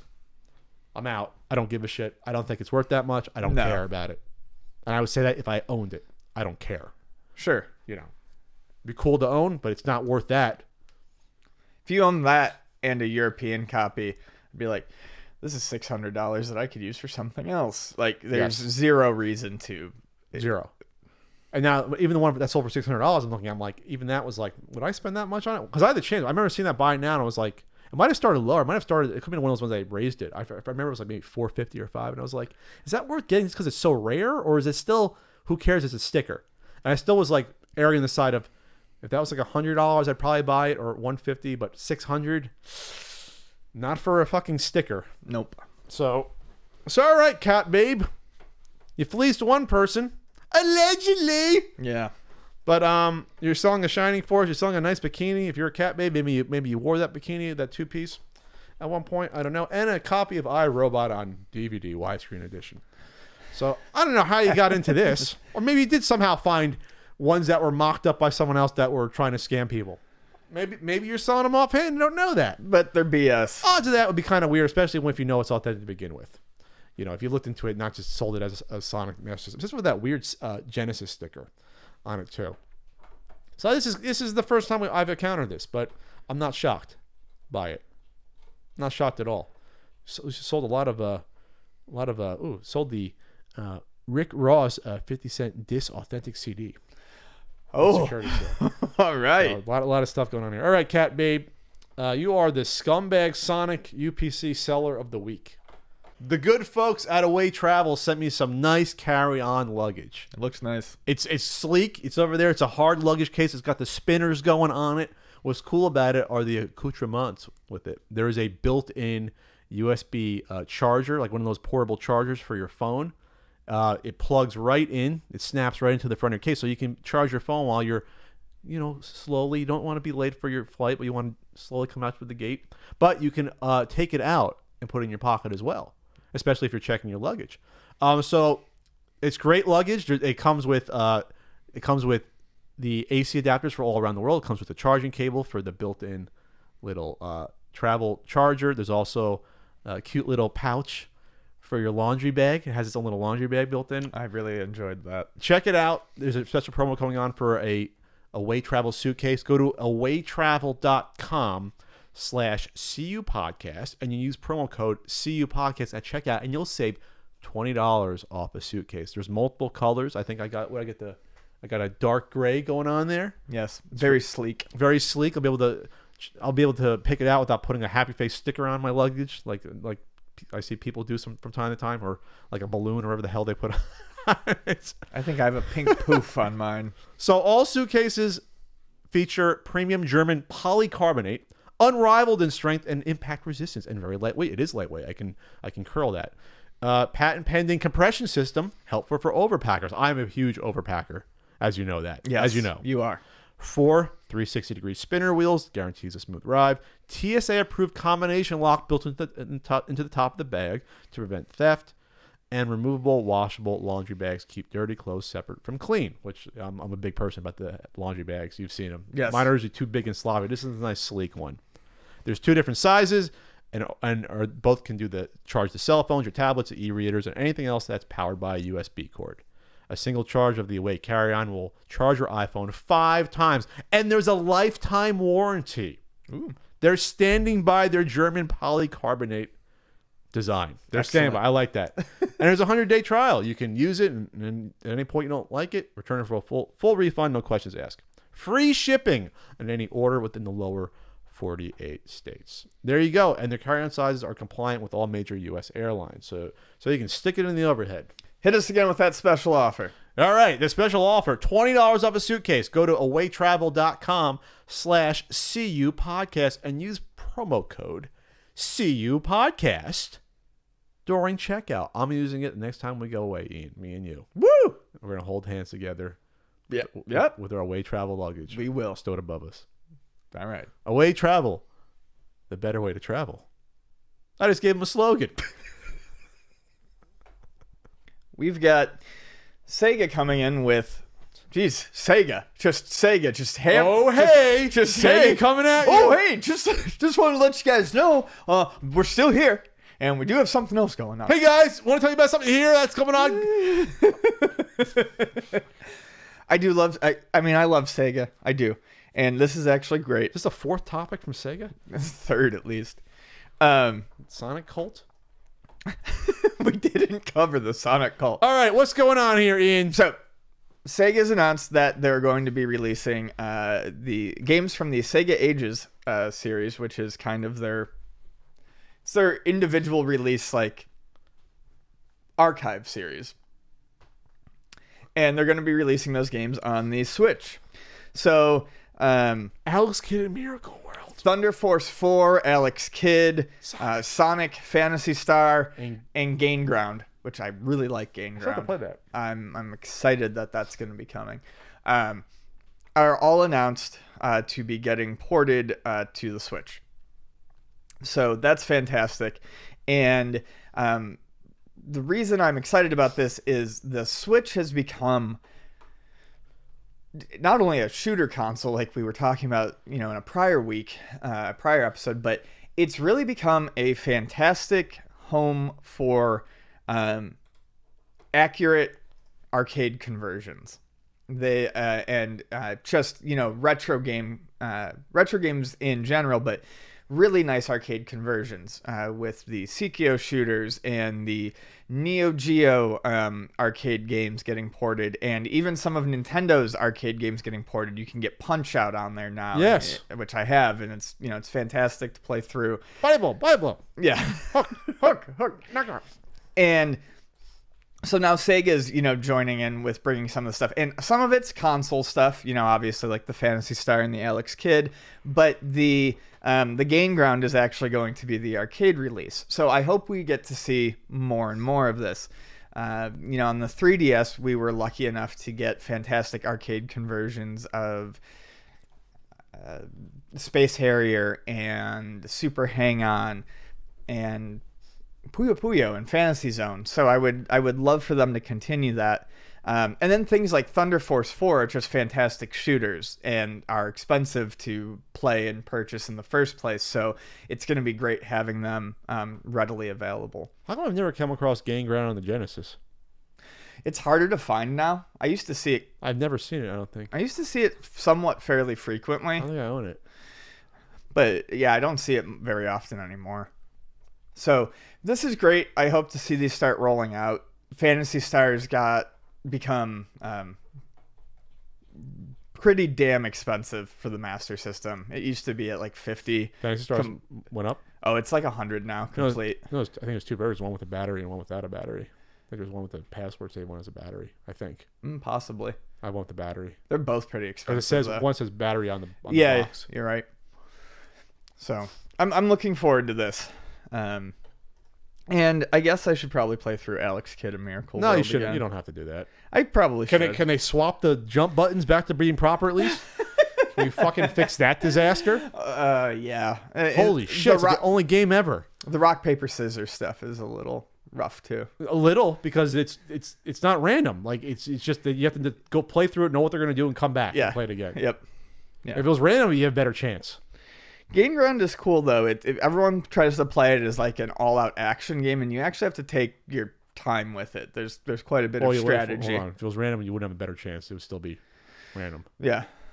Sorry, what? Whatever. I've never played Gain Ground, but I've heard of it. Yeah.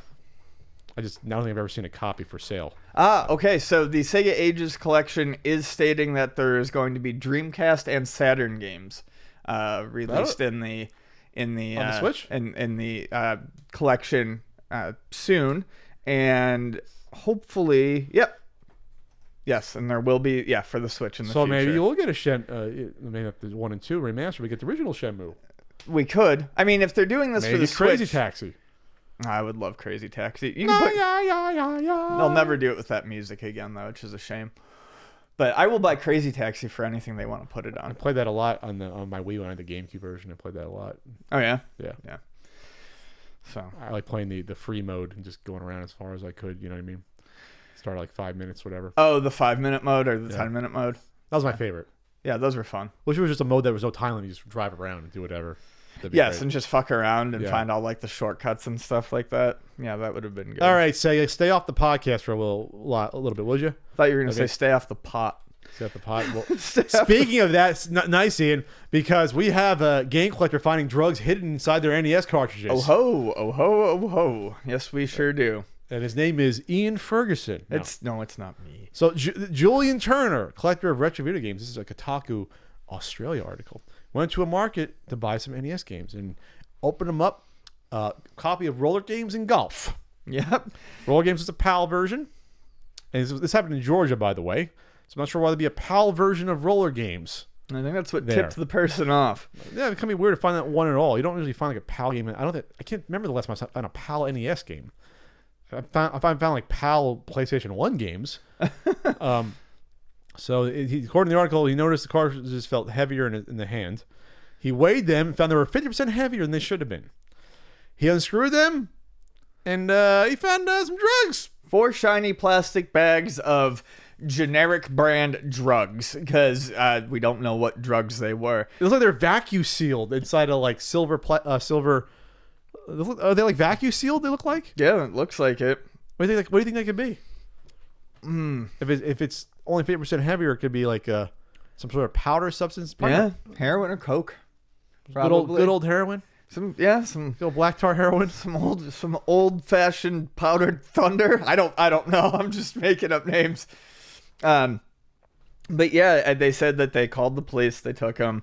The person who wrote this article was going to try and find out what the drugs were after the fact, but they never did.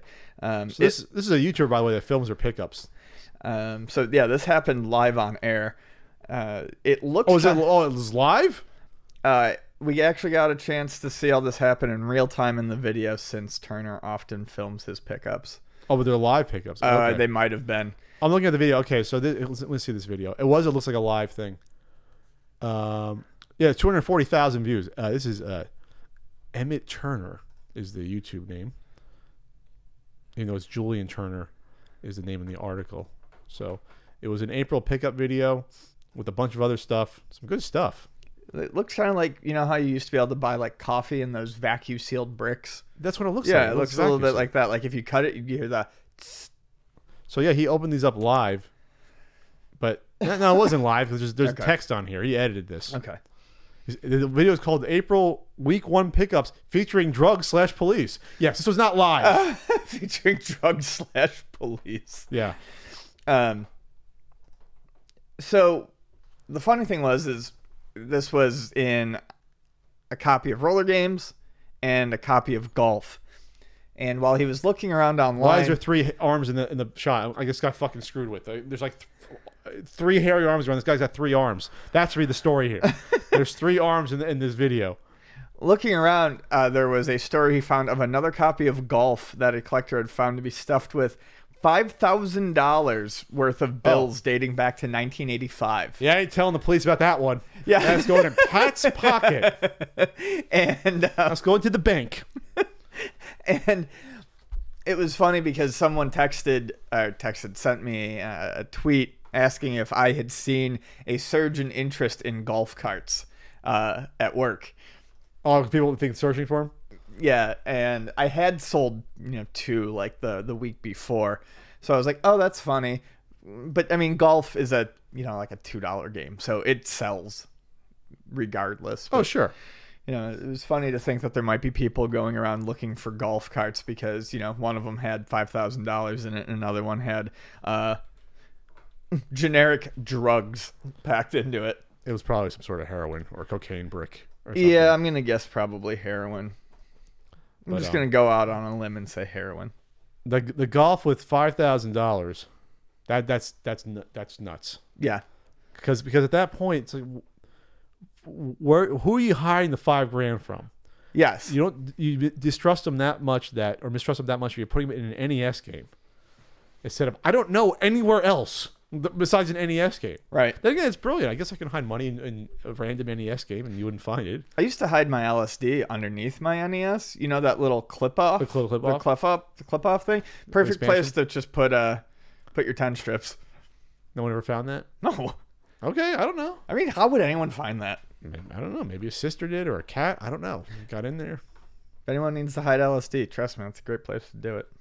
So all right. Well, Ian, you probably have stories about finding nefarious cockroaches and drugs and some. Cockroaches, yes, gross. You get real tuned into the smell of cockroach shit when you work in used video games. I've only bought one NES at the swap meet that had one cockroach in it, and then I'm sorry. I thought it got away. Then I found it like 2 days later. Thank God for multiplied. Was fucking wearing your bathrobe, drinking coffee out of your Might mug, as reading well, your dude. goddamn newspaper. Okay. I was afraid I was gonna multiply because I've never had. There's no cockroaches that was in my condo ever. We don't die, we multiply. We're Bebe's kids. Super Nintendo game. Yeah. I can't say how many stars I got because the book's still being written. But someone reviewed it. It wasn't me. Anyway, all right. Well, that's the thing. That's fun. I was gonna talk about, there was an eBay listing that was taken down for a gold Nintendo World Championship. It looks like a real one. It says selected items no longer available. So there has been a gold NWC for sale in a while. I've gotten a couple offers of mine, but I thought that would have been interesting. Nevertheless, Ian, we're moving on. We're gonna move on to the Poly Mega. So originally this was the Retro Blocks modular retro console where Blocks, BLOX, Blocks. they had to change the name, I think, because of a trademark dispute. Someone else was using the name Retro Blocks or Blocks at least. Whatever. Blocks has been Roblox, I think. Uses BLOX. So what this was going to be, and I first saw it at over a year ago. I saw the prototype, which a lot of people talked about at SoCal Retro Gaming Expo in 2017, January. It starts with a CD-based system, like the CD we talked about, or CD, where you can have PlayStation games played on there, or anything with a disc, or DOS box. So that's the base unit. They're doing something similar. That's the base unit. It's a CD-based unit for that. But then you buy add-ons and plug in like an NES unit. Right. You can plug in, I think, N64 or whatever else. So then you have these modular blocks to build up your system, I guess, and buying each block. But you're going to start with the base unit, which I think was going to cost between 60 and 100, I forget, something like that. So it's been delayed, and there hasn't been much news about it, even until now. Right, correct. They posted a video of a 14-layer circuit board being printed with the Poly Mega trademark on it. And, well, that's about all I can say. That's it. That's what we got. Yeah. We put on the docket for that. I told you. I told you before we started that that's all it was. We have 34 seconds of them printing the circuit board. Just a PCB. It's just PCB. We don't know if it's the brain or the motherboard, I guess. But there is going to be a larger marketing campaign later this year, and the company is focused on E3 2018, where it'll be showing more details and a pre-order process. I'm willing to give this a time of day because this is actually an idea that I think interests me, especially from a storage standpoint. Small modules that can be attached to a CD-based system or something that I think can be dealt with more easily, and it's something that you can simply pull out, plug in, and put away when you're done with it. Plus the CD versus a whole system. Versus something like a Retron 5, which is big and bulky, and you have no choice. It's this fucking big. It's not that.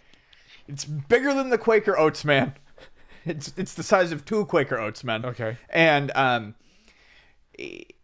you only have to pull out what you want to use it for. Also, I like the idea of a CD-based system, just because, as we've discussed before the CD, there was nothing really like this. CD. And I'm always looking. Well, that's good to me. And I'm always looking for something that I can use my PC Engine and turbo games. The only problem is with them taking this long. This was supposed to kickstart last year. Right. There's been analogs already done. The analog NT. Yep. They've done the Super NT. Yep. I'm sure they're going to do a Genesis. Well, and those all have the. I mean, you only really need the converters at that point for that stuff, right? Sure, if you want to get into that, in theory, the Super NT can play Genesis as long as you put the cores in it. Right. It can do anything 16-bit going backwards. So you're talking about the core. All those systems. So, and what's better about those analog systems as FPGA? Right. This technology is probably emulation. Oh, right. Yeah, there's that. There is that, Ian. So with these modules, what you're really doing is doing the modules probably bring them over just to get the converter for it, and then the brain still controls everything inside the original system. That's what my guess is from what this looks like. Well, you know what I mean? And you make a good point.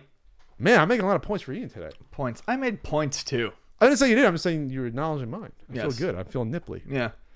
Nimble like Vienna sausage fingers. Yeah, I mean, really, then, if you look at it that way, is this just a lot of extra packaging then around converters that you could be using on the Super NT?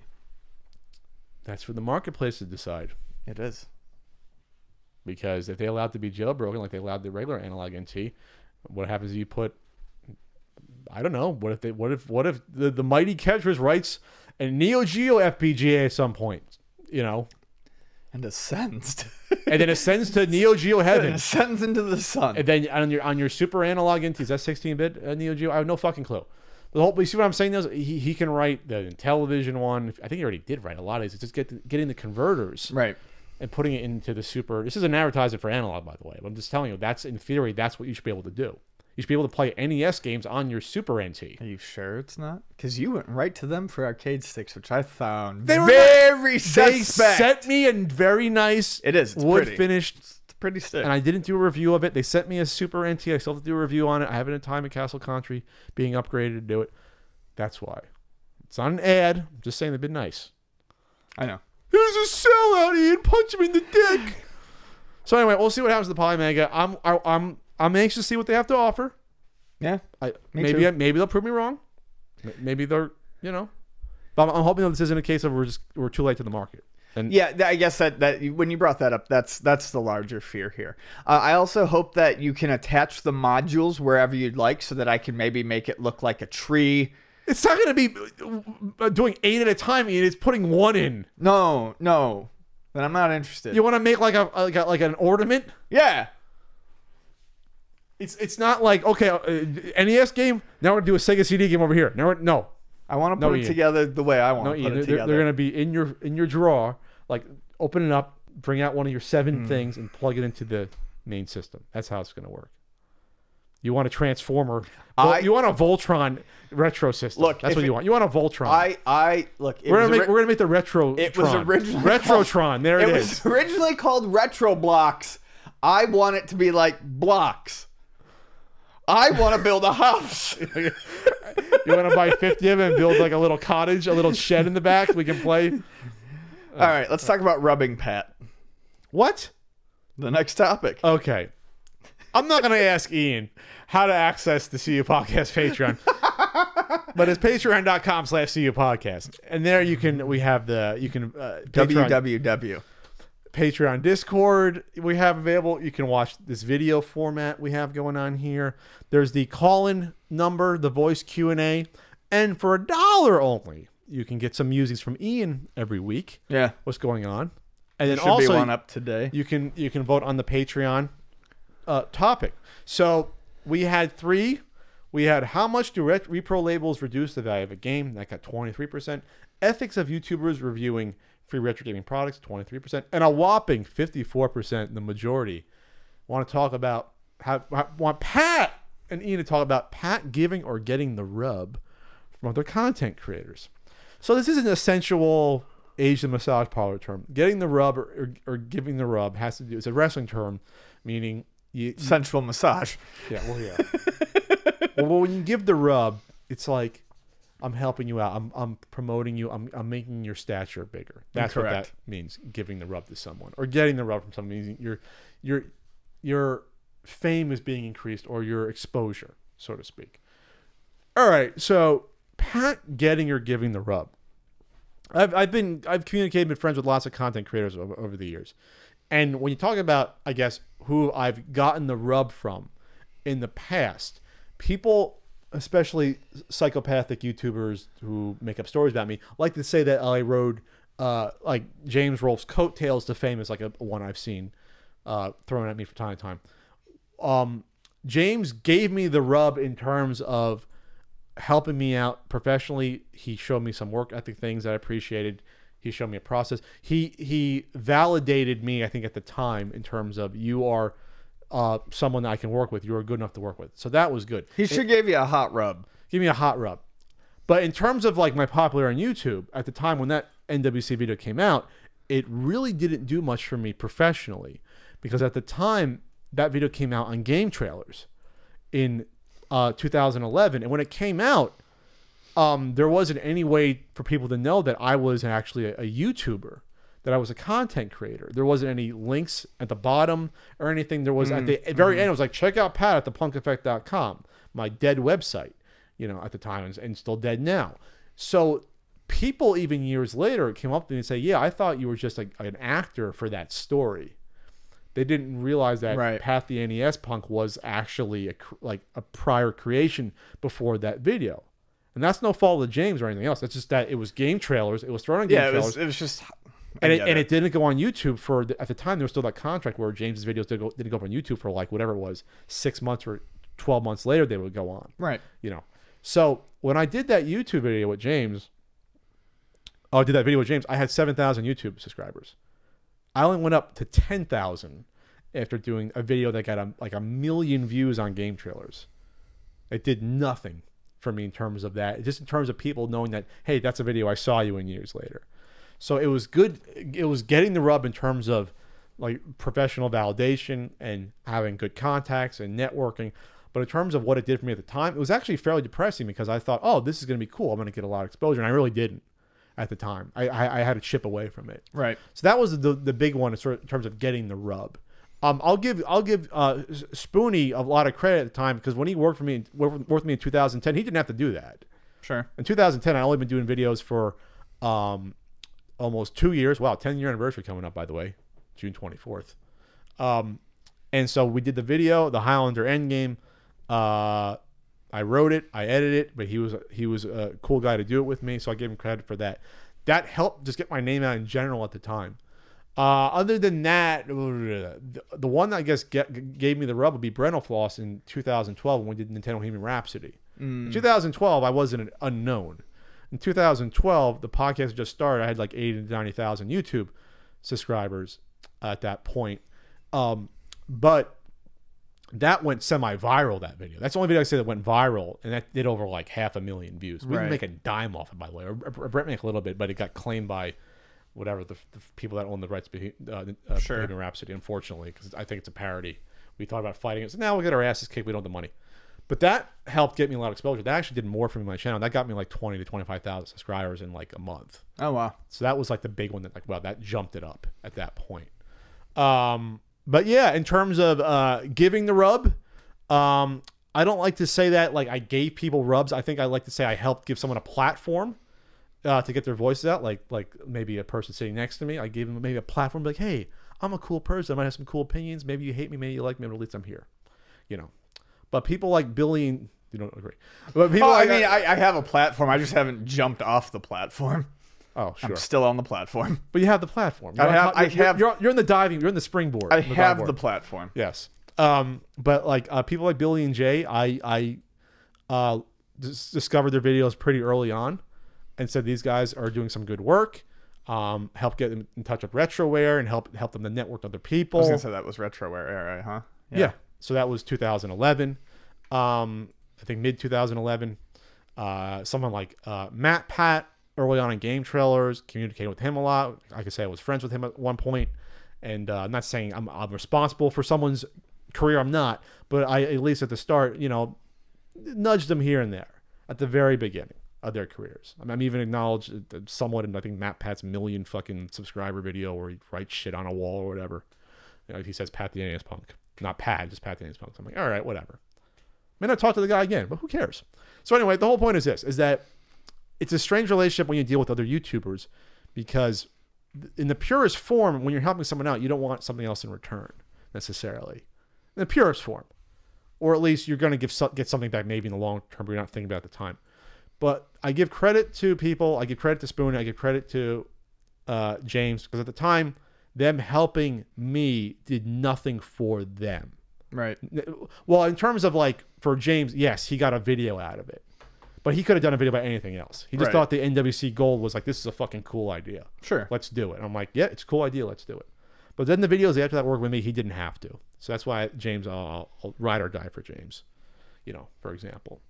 And giving the rub, I've in my past, when I was searching for more content creators for RetroWare, I got 5 or 6 people onto that platform. I think I like to say maybe 8-Bit Alley. I helped get her out there a bit more. Shane Rerez at one point recruited him, a few others. So yeah, I was always looking out for content creators at the time, and I'm probably forgetting 3 or 4. You know, at this point, I'm so busy though, in terms of me giving the rub to someone, you know, I don't have that much lotion around. I don't have the time anymore. I don't know if you have any comments or no about anything. You don't, not at all? I've never rubbed anyone. You've never rubbed anyone the wrong way? I'm sure I've rubbed people the wrong way. Never rubbed them. Now, I've never rubbed them the right way. Now, there have also been YouTubers that have given the anti-rub to Pat, you can say. Oh, yeah. That have tried to make up shit or have stopped talking to me because of their rise in prominence or thinking that they're better than me, even though I knew them when they were nothing and had no subscribers. But we won't talk about that at this point. You keep teasing it. Ian's like, you're trying to get at that Pat the NES Punk glass? Yeah. And drink that water? You put it awkwardly at the side there. You had to turn Leo out of the camera. Yeah, sorry, Leo. Maybe we'll do that for the 5-year anniversary. We'll just burn all the bridges and just end it. And just say, fuck it. We'll do it live. We'll do it live? Yeah, I'm working on getting that live room. That live room? What do you mean? Getting a room for us to do it live. Fuck it. Fuck it. Okay. At Castle Country. All right. Well, that's it. Thanks so much. It's patreon.com/CU podcast. Ian, say the URL while you drink water. It's CUpatreon.podcast. www. No. Wow. Really? I wasn't kidding. Patreon.com/CU podcast. There you go. Okay, now it's time for the Patreon voice Q&A. We've done it. Well, we only have 2. We also don't have the professional Dan one. That's the best one ever still saved on here. But here's our first question. This is from, we'll find out who it's from. Ready, Ian? Yes. Hey, Pat and Ian. This is Jeff from Chicago. Just wanted to know what your guys' thoughts were on YouTube pulling down Alex Jones' video pertaining to the Parkland survivors being actors. While I find the accusation deplorable and quote-unquote fake news, he, Alex Jones, has predictably used this to play the martyr, which has only gotten him and his awful channel more attention. What are your guys' thoughts? Thanks, and keep up the great work. Oh, well, thank you, Jeff from Chicago. Well, YouTube is a private organization that it's within their rights if they want to pull down shit they don't agree with. They have community standards. If we just started doing a video about, with hate speech or saying something awful, it's within their rights to pull it down. There's terms of service to do that. That's the simple part of it. The more complicated part of it is like, well, is this a slippery slope? If you take away his video about that, do you take down other videos because you don't like them?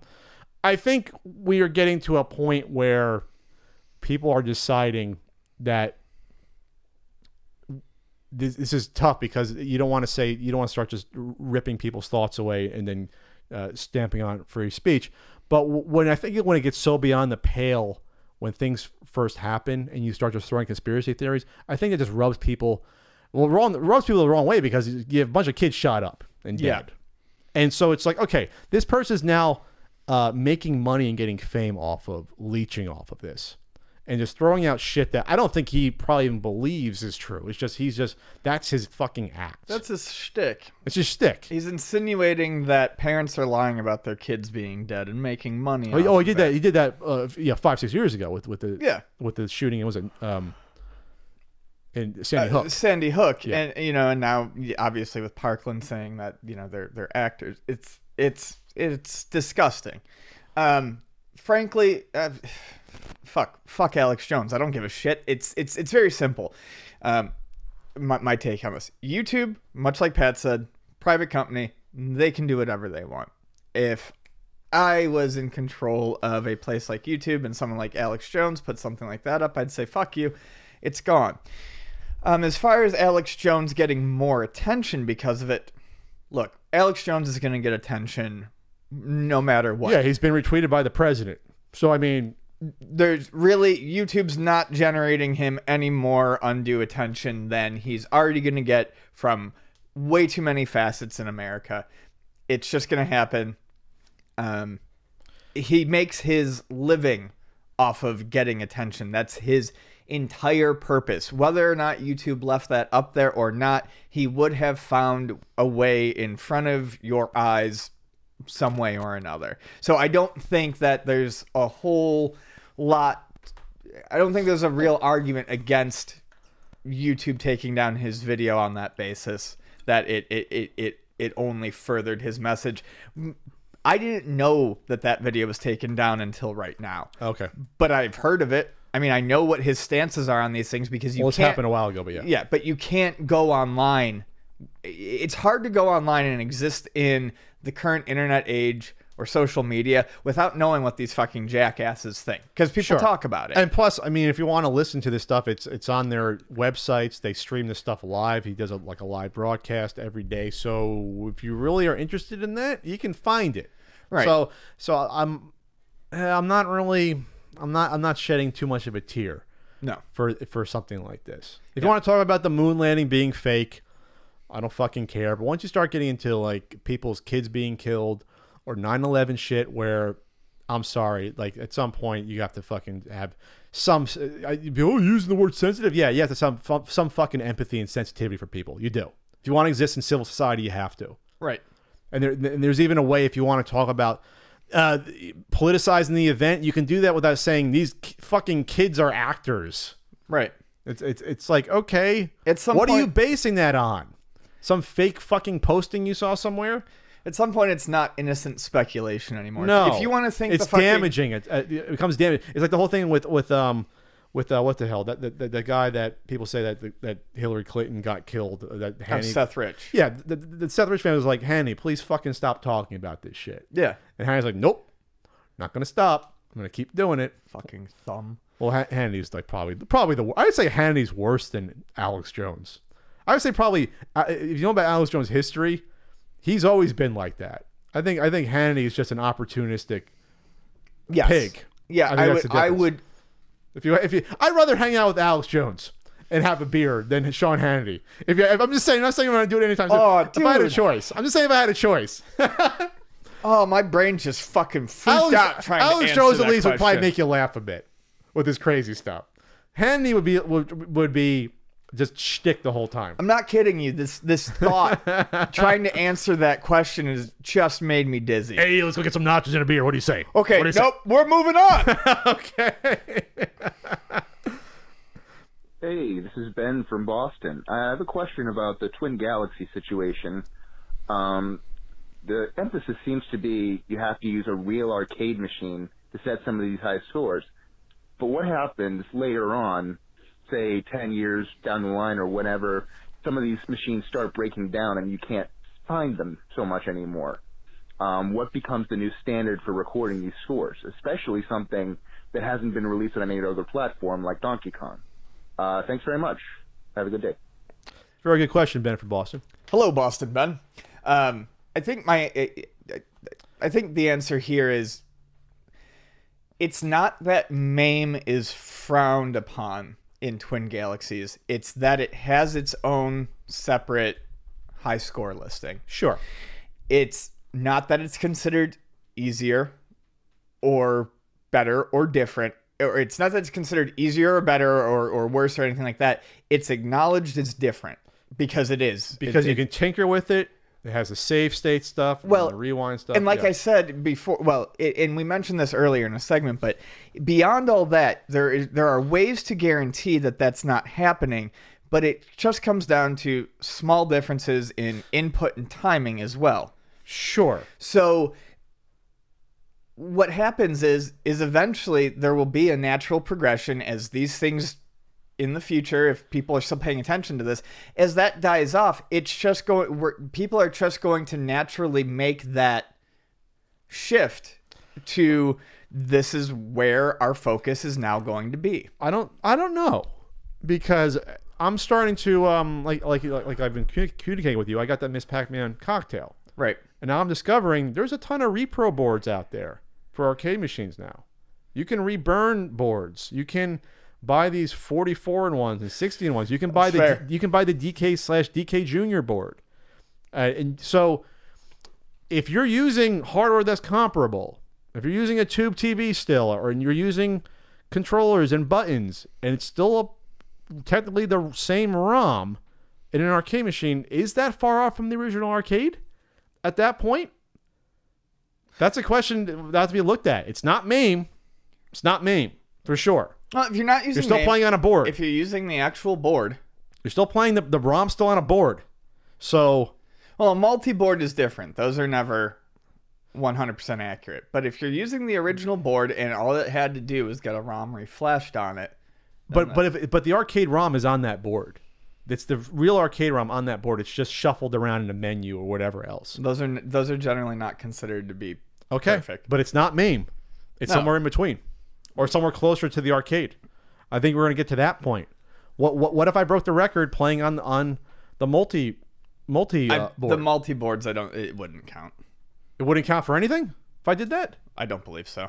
They wouldn't count it. They would say this isn't a board. This isn't MAME. It wouldn't matter. Generally, they're not considered to be accurate. How is MAME better than playing a ROM on a multi-board with see. real hardware and a real tube and everything Let's else? find out.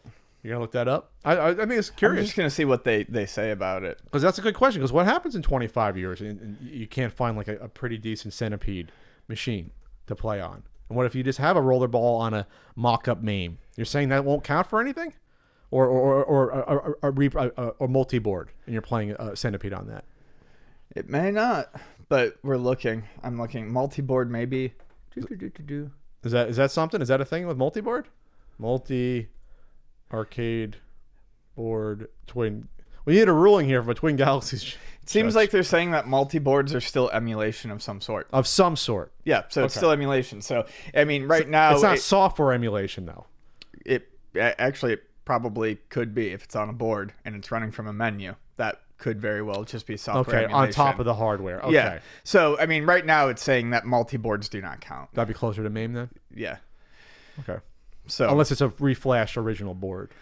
yeah, a with the reflashed original board is something entirely different. Okay. All right. Well, we might get there at some point, though. Especially for some of these machines that there's not a lot that exist. So there's that, but I Why mean, is Donkey Kong scaring me all the time? Donkey Kong, what are you staring at me for? I would say to the original question, I mean, all other loopholes disregarded for the moment. If the machines were to really start dying and there was nothing you could do, I think people would just have to start focusing on MAME records. And say, fuck it. We'll just... Yeah. It is what it is. Like I said, I don't think it's necessarily looked at as lesser. It's just looked at as different. And if the other option was no longer available, people would just settle on that being the way to go. Thanks for your question, guys. Again, it's patreon.com/CU podcast. Thanks so much for your support. Q&A time on the CU podcast. This is from @BrianMcNail1. What are your thoughts on just beating a game versus a total completion and 100%ing everything? So I think we may have touched on this before, maybe We have. not. But for me, most of the time, just beating a game is good enough. These days I don't have as much time to play games as I used to. Getting through it, experiencing the story, seeing most of what the game has to offer is generally enough for me. That's how I think about most AAA games, most larger budget games. That's where I would consider myself to have got my money's worth. And I'm happy with that. That's enough for me to go out and discuss the game in detail with people, get their opinions of it, not have anything blown for me, etc. There are a few games that I tend to, a few types of games that I will tend to, try to dig deeper in, or I will try to, I guess, go for the achievements or trophies on, just because those types of games naturally lend themselves better to replays. Arcade type games, shooters, that sort of thing. Those are the games where I think the video pinball games, like the pinball arcade games and stuff like that, those are games where like the achievements to me actually make a lot of sense in trying to 100% the game. You can 100% a pinball? Yeah, they set like goals, hit goals, the okay. wizard mode or do this or do I that. see. So they're targets to make sure that when they're well set up, these are targets, for example, in the pinball games, to make sure that you're experiencing every part of the rule set and you're going through, every single bit of those, you're not missing anything on the table. So those are great to play through because you're learning the table, you're learning the systems throughout it. And that I think when people say 100% games, I think they're talking about trophies most of the time or achievements these days. So that's when I will try to, 100% something. When you're playing a shooter, it makes sense to try to 100% it because that usually involves going through on one credit or beating it on multiple difficulty levels, not just quarter feeding all the way through. Because if you did that, well, you could say you beat a shooter in 15 minutes to half an hour. You just keep hitting continue and you're done with it. Sure. So it really just depends on the game. When did 100%ing become a bigger thing? I mean, a lot of games, especially in like the Super Nintendo Super era, Mario World. Was Super the first Mario one. Get World, that 96 star. Complete every level, find every level, and complete every level every variant way. That was the yeah, 96 Donkey star. Kong Country, and all those games started to add like percentage complete signs. Sure. It became a very big thing. I remember in like the PlayStation, Sega Saturn era, Crash Bandicoot, Spyros, all that. And they usually went above 100%, which was always annoying. Like you get 101% or something. Okay, like that's that. not how it works. Right? Yeah, That's not how 100% works. I hate it when people are like, give 101%. Doesn't- And I'm like, no. Doesn't work that way. No, I can give 100%. That's not a I thing. cannot give over 100%. That's not a thing. You're a fucking asshole and an idiot for suggesting that. I Wow. can't. Well, hoping to say it to your coach at the time, but okay. You were angry at T-ball, I guess. I was. You were always- very angry. Oh boy. I'd love to say little Ian playing T-ball. Ooh, I played very few. I played soccer. You play soccer. What was your position? Flail that shit. Mid flail. Flail when I was younger. I played defense in high school. Okay. Oh, you played in a high school team? No, I played intramural. I wasn't gonna go to fucking join a I'm team. picturing you with the little red thing you put over their team as the blue. You put the little vinyl vest thing on. I those little things that- 100% did not play on a team. I played when I fucking wanted to You play. 101% wanted to. What? I fuck it. Anyways, what was I saying? Games. 100%? 100%ing. So people wanted to do that shit, back then. As soon as you got that counter, but I think it became a big deal when achievements and trophies happened. Once you got to like Xbox and PS3 But what's funny is, I or was 360 and PS3. I'm slowly trying to 100% Burnout Paradise because I love that game and I've played through it a bunch, and I'm playing it again. And if you get all the trophies, it's not 100%. So sometimes people will go for all the trophies to complete a game, but it's actually not even 100% at that point. Anyway, whatever. Oh, I was supposed to say something about Yeah, this. say a thing. Yeah, I don't have time to 100% anything besides beating the game. Like that's my 100% beat the game. He gives his nachos 100%. Oh, I give my nachos at South Beach Bar and Grill 100%. Sure does. We're gonna eat some right after this, I think. That's what I give 100%. I'm fucking starving. Yeah. Thanks for the question. Right, mine. Given the trend, this is from Joe A. Wilkins at CMU_Hoover. Given the trend we've seen with the Atari 2600, what trend? What do you think the future is in terms of preservation and market longevity for some of the more obscure, lesser remembered systems as they grow older? Bailey Astrocade, Magnavox 1 and 2, etc. I've heard of the Bally Astrocade. I'm sure of the Bailey Astrocade, Ian. But also the Bally Professional, and also the Bally Arcade, and also the Bally fucking computer. There's been like 8 names for that stupid thing. They renamed it every fucking year. Anyway, I like the Bally Astrocade though. It's a fine system. Got a cool controller. Oh, it's awesome. Yeah. By the way, I saw your tweet with you and Adam Squarepainter about like, oh, the Intellivision was good except for that controller. My argument is a system is not good if the controller's shit. No, it had fun games. If you cannot play those games with a good controller, the system fails in comparison. I had no real dog in the race. Okay, because you want to say I didn't go on anything. You want to lick 5200's balls all the times. It's not a great system if you can't play the games with the proper controller. Plays a mean fucking game of Centipede. Yeah, find the controller that you can do that with, Ian. Go to your Luna store. Out of the 12 or 15 in that box, how many actually still work? I actually 2? 1? No, I tested those. Yeah, I tested them 2, and a year later, they none of them worked anymore without touching them. Oh no, I'm sure at least 1 or 2 of them. Anyway, so here's the trend with the Atari 2600, because when you talk about the first generation of consoles here, 2600 is the only one that's kind of collectible at all that people care about. No one cares about in television. They don't care about the Odyssey 2. I forget the Odyssey 2 exists until I see a cute little cartridge with the handle on it. No one cares about the Fairchild.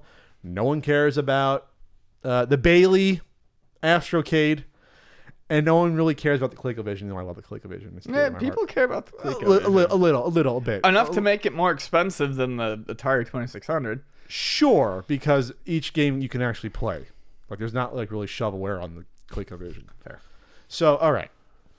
We've seen probably the peaks for all those markets, and for most of those, they're in the past. ColecoVision, who knows? But games are preserved for all these systems. There are nuts out there to have a whole Fairchild or an Arcadia, Emerson Arcadia 2001. We always forget about. You were gonna complete the full set of like whatever they had, like 18 games, whatever. That was the Fairchild Channel F that I was going for. You don't remember what? No, it was the Emerson Arcadia. Whichever one had the yellow cartridges. That was the Fairchild. Yeah, the First Fairchild cartridge system. Yeah. These are all preserved. There's nuts out there that I have most of probably the Fairchild library. Don't even realize it. I probably have a chunk of them, or the Emerson Arcadia, or the RCA Studio 2. Let's go from all of them. There's that. Someone follows me on Twitter that goes. It's like RCA Studio 2, dude. I saw that. So, and then why I'm bringing that up, because we talked about them finding that bingo cartridge. That's at RCA right. Studio, and then they found the fucking demo cart recently for the RCA Studio or something. Really crazy. So, and that was a weird ass company outside of Philly making this stuff. So the point is this: people are still looking and finding this stuff. There's always going to be a master, I guess, 20 or 30 people that are going to make sure this shit happens for all these systems. And it has. All this stuff is dumped for the most part. It's preserved. So that's one thing. Preservation, I think, is fine. That's taken care of on some level. Market longevity, there is this much market longevity. There is zero for this first generation of consoles. For, I'd say, 95% of it. Sure.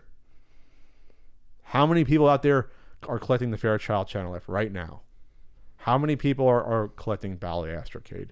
How many people are collecting Intellivision? Or even 2600 anymore? And that's probably the biggest one out of all of these. And then go 20 years into the future, and when those people don't give a shit anymore, how many people will be collecting it? So that's the trend. The Atari 2600 is the trend, because that was the biggest one. It got big in the 80s, excuse me, got big in the 90s, and then died, and now you can't give away cartridges of it. And even though a Fairchild Channel F is a lot rarer, a Bally Astrocade's comparatively rarer than that, or even an Odyssey 2, doesn't mean people are going to want them 50 years from now. And that's the same thing even for NES, but to there are degrees here of how much people want it. If you worked in a store, I don't know. Have you seen people be interested? Were people interested in Odyssey 2 carts 10 years ago, and now they're not, or they never were interested in them? I've had brief moments of interest in Odyssey 2. No, I have, but that's actually one of the only, not counting Coleco and Atari. Coleco, Atari, and Intellivision all have some constant interest. Atari the most, Intellivision and Coleco slightly underneath. Odyssey 2 is the only other one. Like, if I would throw Odyssey 2 in there with like Fairchild, Bally, Magnavox, and then all the other like Pong console variations, all the bullshit, Texas Instruments, CI-99, sure. Always forget about that. The Magnavox Odyssey 2 is the only one of the rest of the contenders pile that anyone ever asks me about. That's so weird. It's the only one. So I've never known anyone who's interested in that console.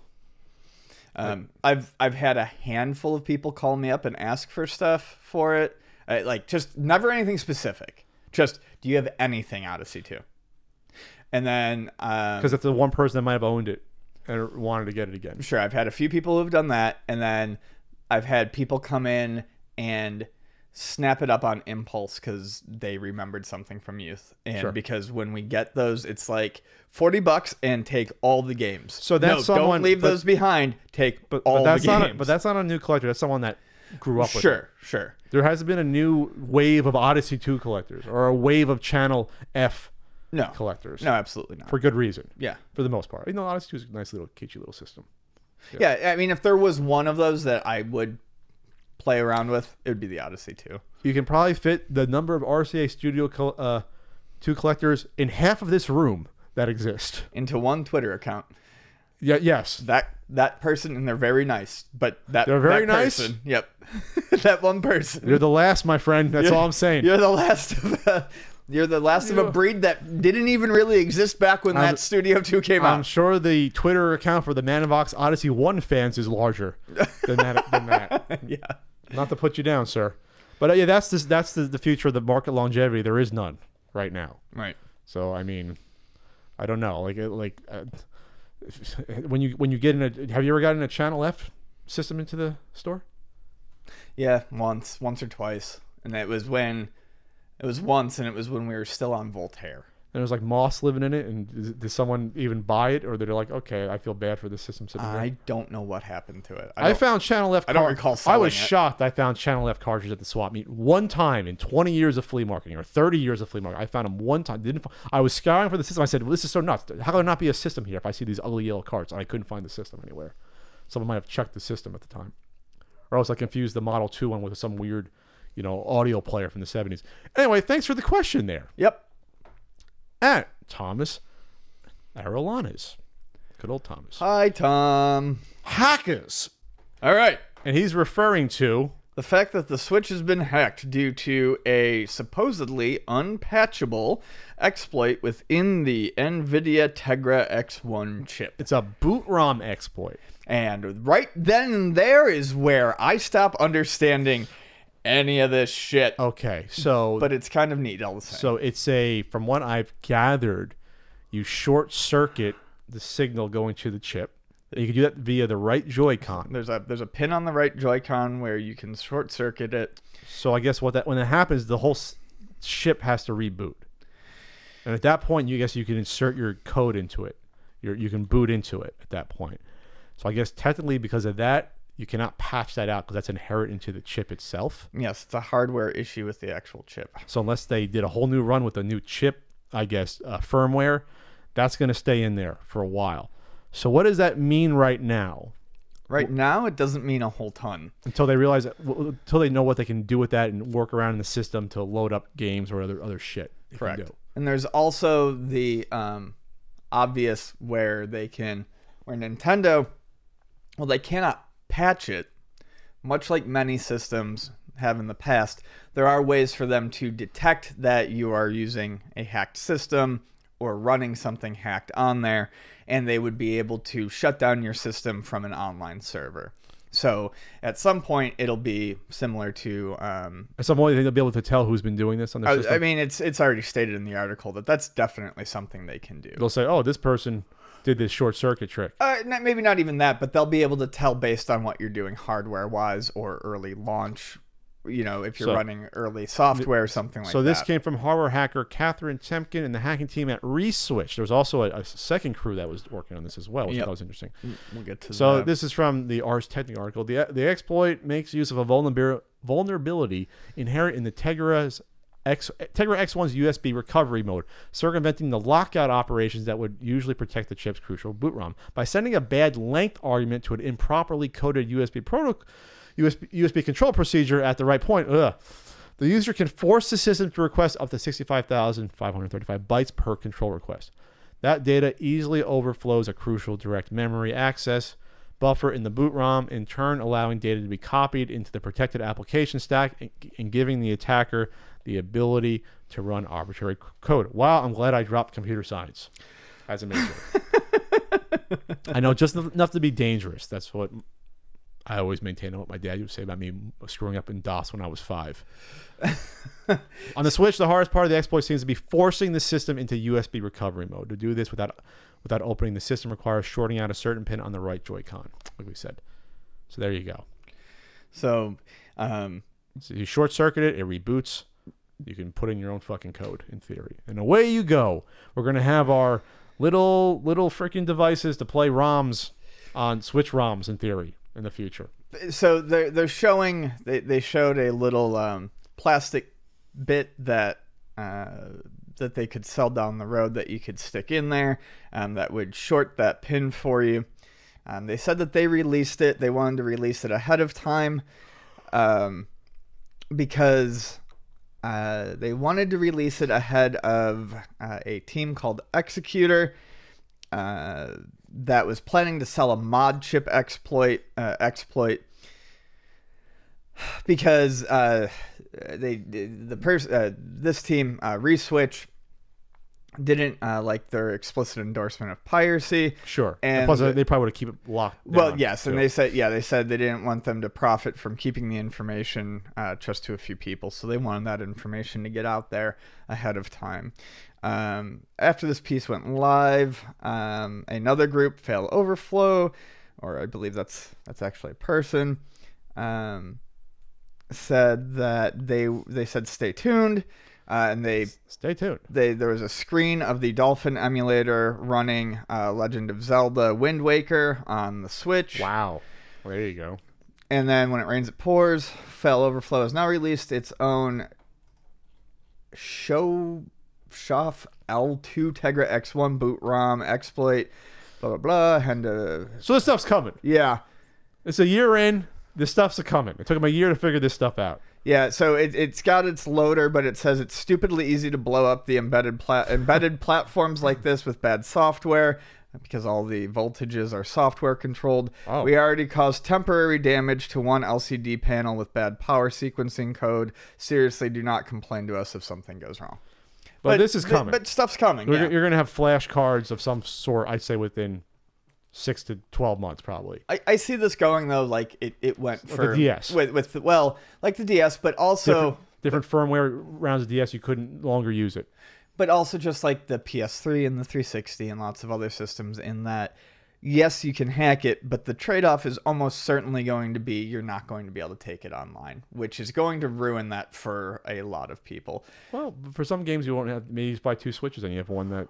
And that was what a lot of people ended up doing with the 360 when hacking the 360 became a huge deal, was you hack one 360 and you keep it offline to play burns and all that shit, and Sure. then you get another 360 and you keep it clean for going online and doing all of that. Yeah, I think that's what you're going to see. But yeah, like with the 3DS, they just released new versions that you could no longer use the only the very early version you could use, like the the mod, the flash cards and everything. Then they got rid of it. They firmwared that out eventually. Sure. But they weren't checking online for that with the 3DS. And that's the difference. All right, Nintendo. Reggie's sharpening the knives right now. He's got his bat. He's got his Negan bat. That's the way I like to picture him. So thanks for that. That's it for this CU podcast, Ian. We struggled through this. Jesus Christ. 2 hours and 20 minutes of fun and anarchy. Oh, that was a good one. It was interesting. We talked about drowning in hot tubs and Quaker Oats. Covered in mandarins. butts. We're gonna drown. You and I. That's how we're going out. Covered in butts. Covered in butts, drowning in a hot We tub. know whose butts. Just with a fucking bottle of some shitty fucking Been watching the NBA playoffs. Been pink good. champagne. No, Been I good. haven't. Thunder's getting their asses handed by the Jazz. It's been great. That's fine by me. I just We got a Patreon. We also got we got stuff going on. We got a certain NES guidebook at ultimatenes.com. Working on the Super Nintendo book. Ian's working on stuff. He's got a new mixtape coming out. hot new tape slaps.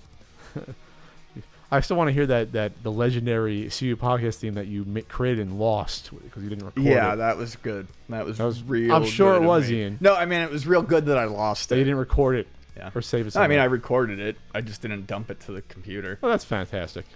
That's what I got to work with. I need a nap.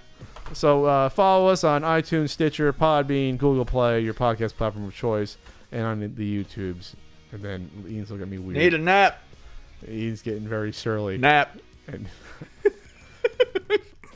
I'm gonna go tuck Ian in. Nap time. Goodbye. For Ian Ferguson, I'm Pat Contry. We'll talk to you later, everyone. Bye. Surly Ian.